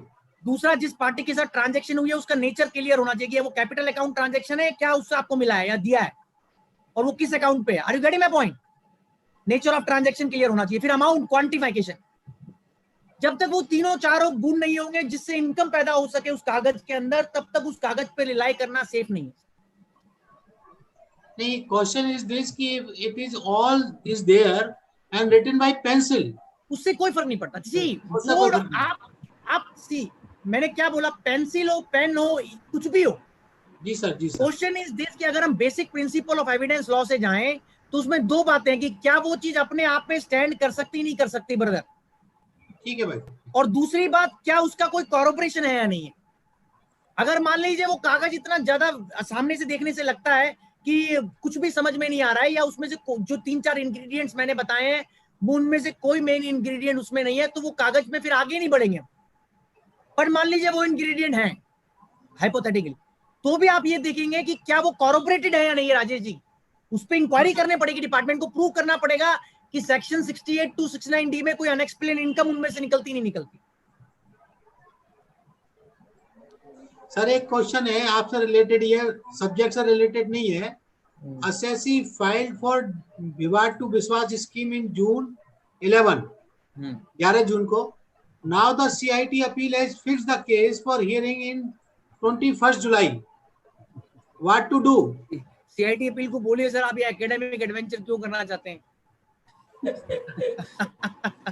हम्बली बोल तो सकते हैं ना सर। बिल्कुल। और आपको कोई दिक्कत नहीं है, अगर आपको लगे, मैं देखिए क्या है, ये तो आपने फाइल कर दिया, अब तो आप उसको ऑनर ही करेंगे। मैं ही मानता हूँ कि जैसे मान लीजिए बहुत सारे केस ट्राइब्यूनल में राजेश जी लग रहे हैं जी सर, जी हियरिंग सर। से, तो जो सुनवाई कराना चाहता है वो करा के कर ले। अब मान लीजिए उसका अगेंस्ट भी हो जाएगा तो उसका एंटाइटलमेंट तो मेरे ख्याल से रहेगा ना, अगर 31 जनवरी को केस पेंडिंग था।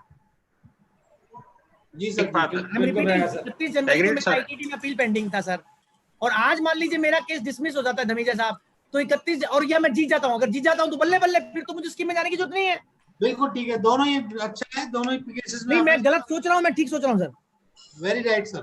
ठीक है, फिर नहीं। पर ऐसा है कपिल जी, क्वांटम को डिसाइड कर लेना पड़ेगा ना कि अगर डिपार्टमेंट आगे फर्दर अपील, इतना अब देखिए वो अपने आप ही गणित असेसी भी कर लेते और आप लोग कर लेते हैं, वो हमारे यस वो आपकी मैंने तो सिर्फ इतना बोलना चाह रहा था कि सर कि जैसे मान लीजिए मेरे को एक लीगल राइट है कि मेरा लिटिगेशन पेंडिंग है, बिल्कुल और परफेक्टली, अगर आज मेरे खिलाफ होता है, फेवर में होता है, तो मेरा जो एंटाइटलमेंट उसमें जाने का है वो तो उस दिन लॉक हो गया मेरे ख्याल से। एलिजिबिलिटी अगर 31 जनवरी को मेरा जो थ्रेशोल्ड डेट पे मेरी appeal, valid appeal, eligible appeal pending थी। Agreed sir, agreed sir. एक बहुत इंटरेस्टिंग क्वेश्चन उठाया है विद्या जी ने। वो लिखती हैं कि हमें इंडियन एविडेंस एक्ट पढ़ना पड़ेगा for detail knowledge and how to enhance our knowledge over various cases of courts.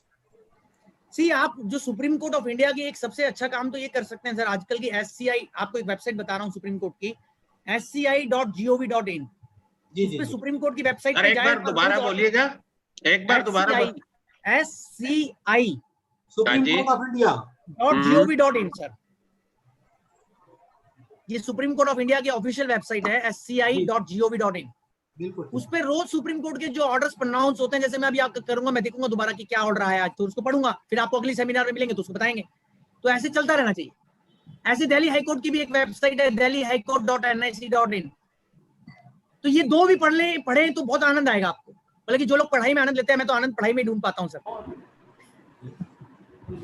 Thank you sir, thank you very much and request Rajeev Kohli ji please present a vote of thanks sir.